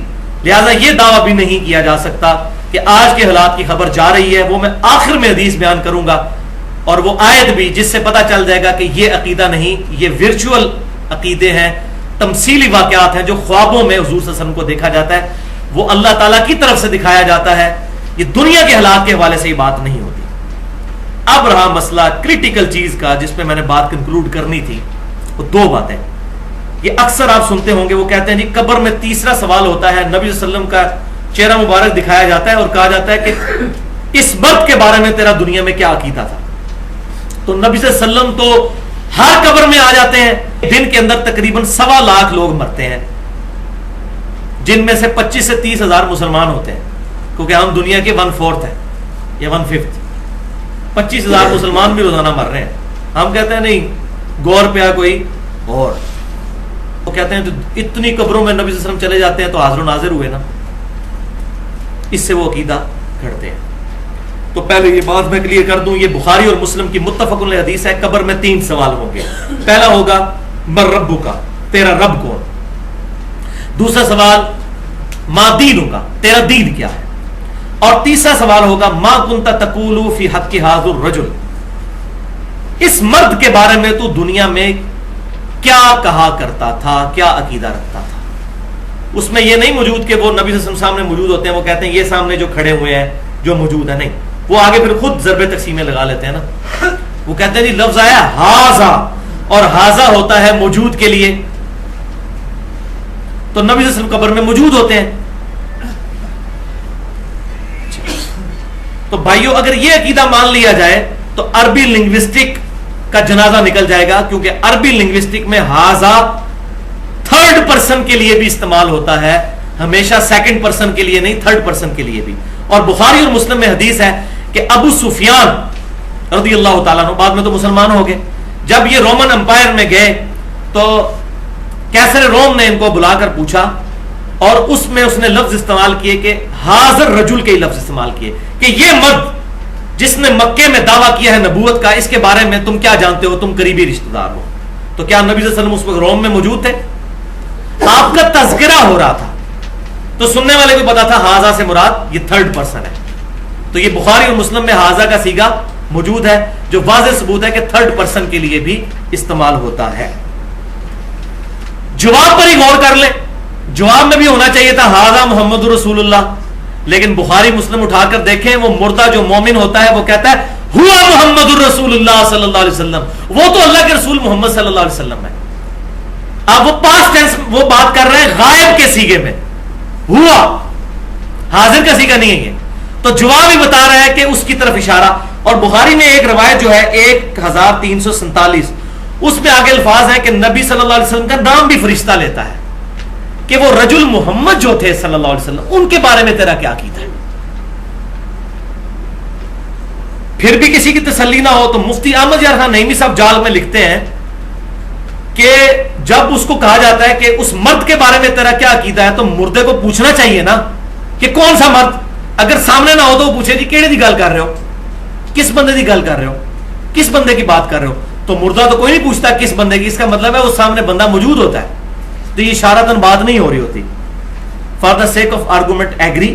تو مفتی صاحب کو پتہ نہیں کہ اس حدیث کے ایک طرق نہیں ہے، یہ حدیث مسند احمد میں بھی اس کے 4-5 طرق ہیں، صحیح ابن حبان میں بھی، المستدرک للحاکم میں بھی موجود ہے، صحیح سند کے ساتھ۔ مسند احمد میں جلد 6 پر پیج نمبر 140، 352 اور 353 کئی روایتیں موجود ہیں، جس میں یہ الفاظ بھی موجود ہیں کہ وہ مردہ پوچھتا ہے کہ آپ کس مرد کے بارے میں مجھ سے سوال کر رہے ہیں۔ مفتی صاحب کا سوال حل ہو گیا نا، وہ کہتے ہیں مردہ پوچھتا کیوں نہیں، تو جی پوچھ لیا مردے نے، کتنی حدیثوں کے ریفرنس۔ تو مردہ پوچھتا ہے کس مرد کے بارے میں، تو فرشتہ کہتا ہے محمد صلی اللہ علیہ وسلم کے بارے میں پوچھ رہا ہوں۔ اور دوسری روایت میں مسند احمد کی آتا ہے کہ فرشتہ کہتا ہے الذی کان فیکم الذی بعث فیکم، اس مرد کی بات کر رہے ہیں کہ جس کو اللہ نے تم میں پیغمبر بنا کے بھیجا تھا۔ تو پھر وہ جواب دیتا ہے کہ وہ محمد صلی اللہ علیہ وسلم تھے، یا گناہگار ہوتا ہے تو جواب ہی نہیں دے سکتا۔ لہذا یہ مسئلہ بھی مفتی صاحب کا حل ہو گیا کہ مردہ پوچھتا کیوں نہیں، مردے نے پوچھ لیا ہے کہ کس مرد کی بات۔ اور اس کانٹیکسٹ میں اس سے بھی بڑی دلیل وہ جامعہ ترمذی کی حدیث ہے، ایک حدیث دوسرے کی تفسیر کرتی ہے، جس کو شیخ البانی اور شیخ زبیر علی زئی صاحب دونوں صحیح کہتے ہیں، امام ترمذی نے بھی صحیح کہا انٹرنیشنل نمبر کے مطابق 3120، کہ قبر میں 3 سوال ہوتے ہیں، من ربو کا، ما دینو کا، من نبیو کا. تیرا رب کون ہے، تیرا دین کیا ہے، تیرا نبی کون ہے. اس میں تو ما کنتا تقولو فی حق ھذا الرجل ہے ہی کوئی نہیں ہے، وہ مسئلہ ہی ختم ہے. اور یہ بالکل ٹون بھی ایک طرح کی ملتی ہے. لہٰذا یہ حدیث بھی اس بات پر ثبوت ہے کہ مختلف انداز سے سوالات مختلف الفاظ کے ساتھ، ظاہر ہے ہر قسم کے لوگ بحث کرنے والے موجود ہوتے ہیں نا. کسی کے ساتھ من نبیوں کا بات ہوگی، کسی کے ساتھ یہ بات ہوگی، کوئی سمجھ جائے گا، ایمان والا تو سمجھ جائے گا کس کے بارے میں پوچھ رہے ہیں. جو زیادہ کیڑے نکالنے والا ہوگا وہ کہے گا کس کے پوچھ رہے ہو، تو اس کو پھر فرشتے کہہ بھی دیں گے یار الذی بعث فیکم الذی کان فیکم. تو یہ دنیا میں بھی صرف معاملات مختلف ہوتے ہیں، تو مختلف سوال جو میں نے اس کو سمجھانا اپروپریٹ، وہ ہر قسم کے بحث کرنے والے لوگ ہیں نا جو سیدھے سیدھے مسلمانوں کو من نبیوں کا کہے گا، نبی صلی اللہ علیہ وسلم. اب دیکھ لیں قبر میں 3 سوال ہونے ہیں، اللہ کے بارے میں، دین کے بارے میں، اور نبی صلی اللہ علیہ وسلم کے بارے میں. لیکن ہمارے علماء نے جو عقیدہ بنایا اس کے تحت تو سوال 2 اور بھی ہونے چاہیے تھے کہ تیرا مسلک اور فقہ کون سی ہے، کیونکہ دین اسلام تو کافی نہیں ہے.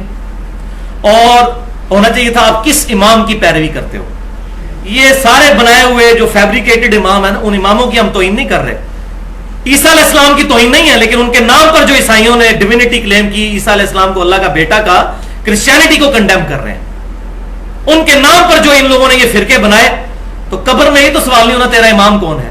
تو قبر میں پہنچ کر نبی صلی اللہ علیہ وسلم امامت کے لیے کافی ہیں ہماری، تو دنیا میں بھی وہ ہمارے امام ہیں الحمدللہ، وہ امام اعظم ہے الحمدللہ صلی اللہ علیہ وآلہ وسلم. اب یہاں پر میں بات کو ذرا عام آدمی تک پہنچانے کے لیے ایک اور حدیث بیان کر دوں، لیکن شرم آ رہی ہے یہ روایت بیان کرتے ہوئے، اس کا رزلٹ نکالتے ہوئے. لیکن ظاہر ہے کہ موٹے دماغ کے بندے بھی بیٹھے ہوتے ہیں. بخاری اور مسلم کی متفق علیہ حدیث ہے کتاب الجنائز چیپٹر میں. ایک عورت جو سیاہ حبشی عورت تھی، وہ مسجد نبوی کی صفائی کیا کرتی تھی. نبی صلی اللہ علیہ وآلہ وسلم نے کچھ دن دیکھا کہ مسجد میں وہ آئی نہیں ہے، تو صحابہ سے پوچھا کہ وہ حبشی عورت کہاں گئی جو مسجد کی صفائی کیا کرتی تھی. تو صحابہ نے کہا یا رسول اللہ وہ تو فوت ہو گئی، ہم نے تو آپ کے آرام میں خلل سے بچنے کے لیے اس کو دفنا دیا ہے. تو نبی صلی اللہ علیہ وسلم ناراض ہوئے اور آپ نے فرمایا تم نے مجھے خبر کیوں نہیں کی، چلو مجھے بتاؤ اس کی قبر کہاں ہے. تو صحابہ نے بتایا کہ یہ قبر ہے اس کی. آپ صلی اللہ علیہ وآلہ وسلم اس حبشیہ عورت کی قبر پر گئے. حریص علیکم بالمؤمنین رؤوف الرحیم. نبی صلی اللہ علیہ وسلم مومنین کی جانوں پر ان کی جانوں سے بھی بڑھ کر حرص فرمانے والے الحمدللہ. صحابہ تو اس کو عام عورت سمجھ رہے تھے، لیکن حضور صلی اللہ علیہ وسلم کے نزدیک اس کا یہ مقام تھا کہ مسجد کی صفائی کرنے والی عورت تھی.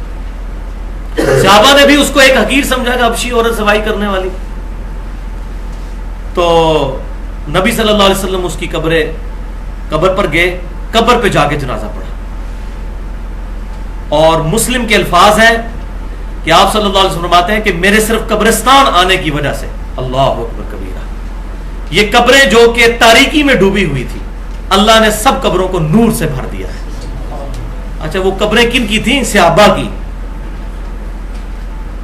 ظاہر ہے کافروں کی قبروں کو تو حضور کے ایسے نور سے نہیں بھرا گیا، کافر کے لیے تو کچھ نہیں ہے. تو اندازہ کریں کہ معاملہ کتنا نازک ہے.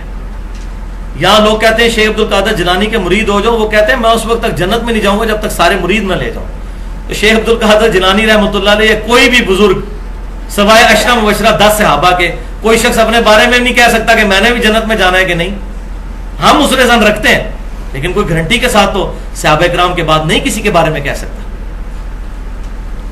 اللہ. تو اب اس سے ایک رزلٹ یہ بھی نکلا کہ نبی صلی اللہ علیہ وسلم کو نہیں پتا تھا کہ وہ فوت ہو چکی ہے. آپ نے ان کو کہا کہ مجھے بتایا کیوں نہیں. پھر آپ نے کہا قبر کی نشاندہی کرو. پھر اس سے بھی آپ کو کہنے جی اندروں پتا سی ویسے نہیں سن کہندے. تو نبی سلیم الفطرت ہوتا ہے، ایسا جملہ بولنا ہی گستاخی ہے. حضور کوئی ٹھٹا کرنے والے نہیں تھے معاذ اللہ استغفر اللہ. آپ صلی اللہ علیہ وسلم کوئی جگت کے ساتھ بات نہیں کرنے والے تھے معاذ اللہ استغفر اللہ. وَإِنَّكَ لَعَلَىٰ خُلُقٍ عَظِيمٍ، اخلاق کے بلند ترین درجے پر فائز تھے. آپ کو نہیں پتا تھا. تو اس سے یہ بھی بات پتہ چلتی. تو آپ کہتے ہیں کہ میں تو اگلے دن ابھی اسی کی قبر سے ہو کر آیا ہوں اور تم نے مجھے بتائے بغیر ہی اس کو دفنا دیا. میں تو قبر میں اس کو دیکھا ہے، اس نے مجھے دیکھا اور اس نے میرے نبی ہونے کی گواہی دی ہے. اگر یہ عقیدہ ہو کے قبر میں جاتے ہیں تو یہ میں نے رزلٹ نکالنا تھا حاضر و ناظر کے حوالے سے. لیکن یہ مجھے شرم آتی ہے ایسی باتیں کرتے ہوئے. اس کی وجہ یہ ہے کہ جب وہ اس شرم کے لیول سے نیچے گزر چکے ہیں تو یہ بات سمجھانے کے لیے, جیسا کہ اللہ تعالیٰ نے فرمایا کہ اللہ اس چیز سے شرم نہیں کرتا کہ مکھی اور مچھر کی مثال بیان کرے. کافر کہتے تھے اتنی بڑی کتاب میں مچھر اور مکھی کا کیا کام ہے, چھوٹی عجیب چیز. اللہ نے فرمایا کہ بات سمجھانا مقصد ہے, کوئی علمیت جھاڑنا مقصد نہیں ہے. تو میں بھی اللہ کی اسی سنت پر عمل کر رہا ہوں کہ بات سمجھانا مقصد ہے, چاہے مثال کوئی بھی دینی پڑتی ہے. ہاں جی, آخری آیت کھول لیجیے. اب یہ ہے وہ آیت جس پہ بات کنکلوڈ ہونی تھی. صحیح بخاری اور صحیح مسلم کی متفق علیہ حدیث. آنکھیں کھول لیں جناب اور پریشان ہو جائیں یہ آیت سن کر اور یہ حدیث. صحیح بخاری میں انٹرنیشنل نمبرنگ کے مطابق 3349, صحیح مسلم میں 7201, اور بخاری اور مسلم میں کم از کم 8 ترک اس کے موجود ہیں. 8 ترک حوض کوثر والے چیپٹر میں کہ نبی صلی اللہ علیہ وسلم کہتے ہیں کہ میرے حوض کوثر پر قیامت والے دن کچھ لوگوں کو لایا جائے گا جن کو میں پہچانتا ہوں گا, اور کچھ روایتوں میں ہے کہ کچھ میرے جاننے والے لوگوں کو دوزخ کی طرف فرشتے گھسیٹ رہے ہوں گے. میں کہوں گا اصحابی اصحابی, یہ میرے صحابہ ہیں, یہ میرے صحابہ ہیں. تو مجھے بتایا جائے گا میرے ان کے درمیان ایک دیوار کھڑی کر دی جائے گی اور مجھے بتایا جائے گا اللہ کے نبی صلی اللہ علیہ وسلم آپ کو نہیں معلوم کہ آپ کی وفات کے بعد یہ لوگ دین سے الٹے قدم پھیر گئے تھے اور انہوں نے دین میں بدعتیں جاری کر دی تھیں. آپ فرماتے ہیں میں کہوں گا سحقن سحقن لمن غیر بعدی, سحقن سحقن لمن بدل بعدی. ان پر پھٹکار ہو, ان کو مجھ سے دور کر دو جنہوں نے میری وفات کے بعد میرے دین کو بدل دیا. والعیاذ باللہ تعالی. اور بخاری اور مسلم میں موجود ہے, راوی کہتے ہیں اس سے مراد وہ لوگ ہیں, وہ صحابہ ہیں جو حضور کی وفات کے بعد مرتد ہو گئے تھے, مسلمہ کذاب کے ساتھ مل گئے, منکرین زکات, کتنے قبائل مرتد ہو گئے.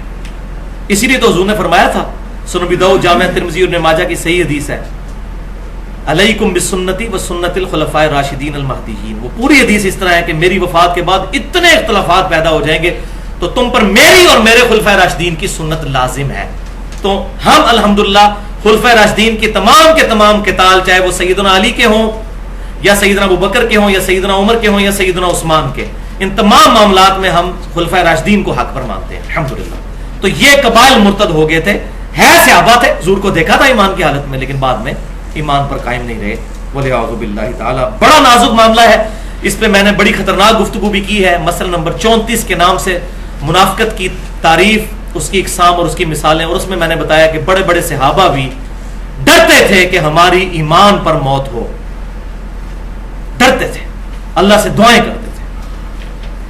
تو ایک روایت جس کا میں نے حوالہ دیا بخاری اور مسلم کا انٹرنیشنل نمبر, یہ حدیث آگے بھی چلتی ہے, اصحابی اصحابی, جو یہ اکثر ہمارے لوگ دوسرے مکتبہ فکر کے بھائیوں پر لگا رہے ہوتے ہیں کہ یہ بدعتی, یہ اس میں طویل خاص میں تو صحابہ کے بارے میں یہ جو بعد میں مرتد ہوئے.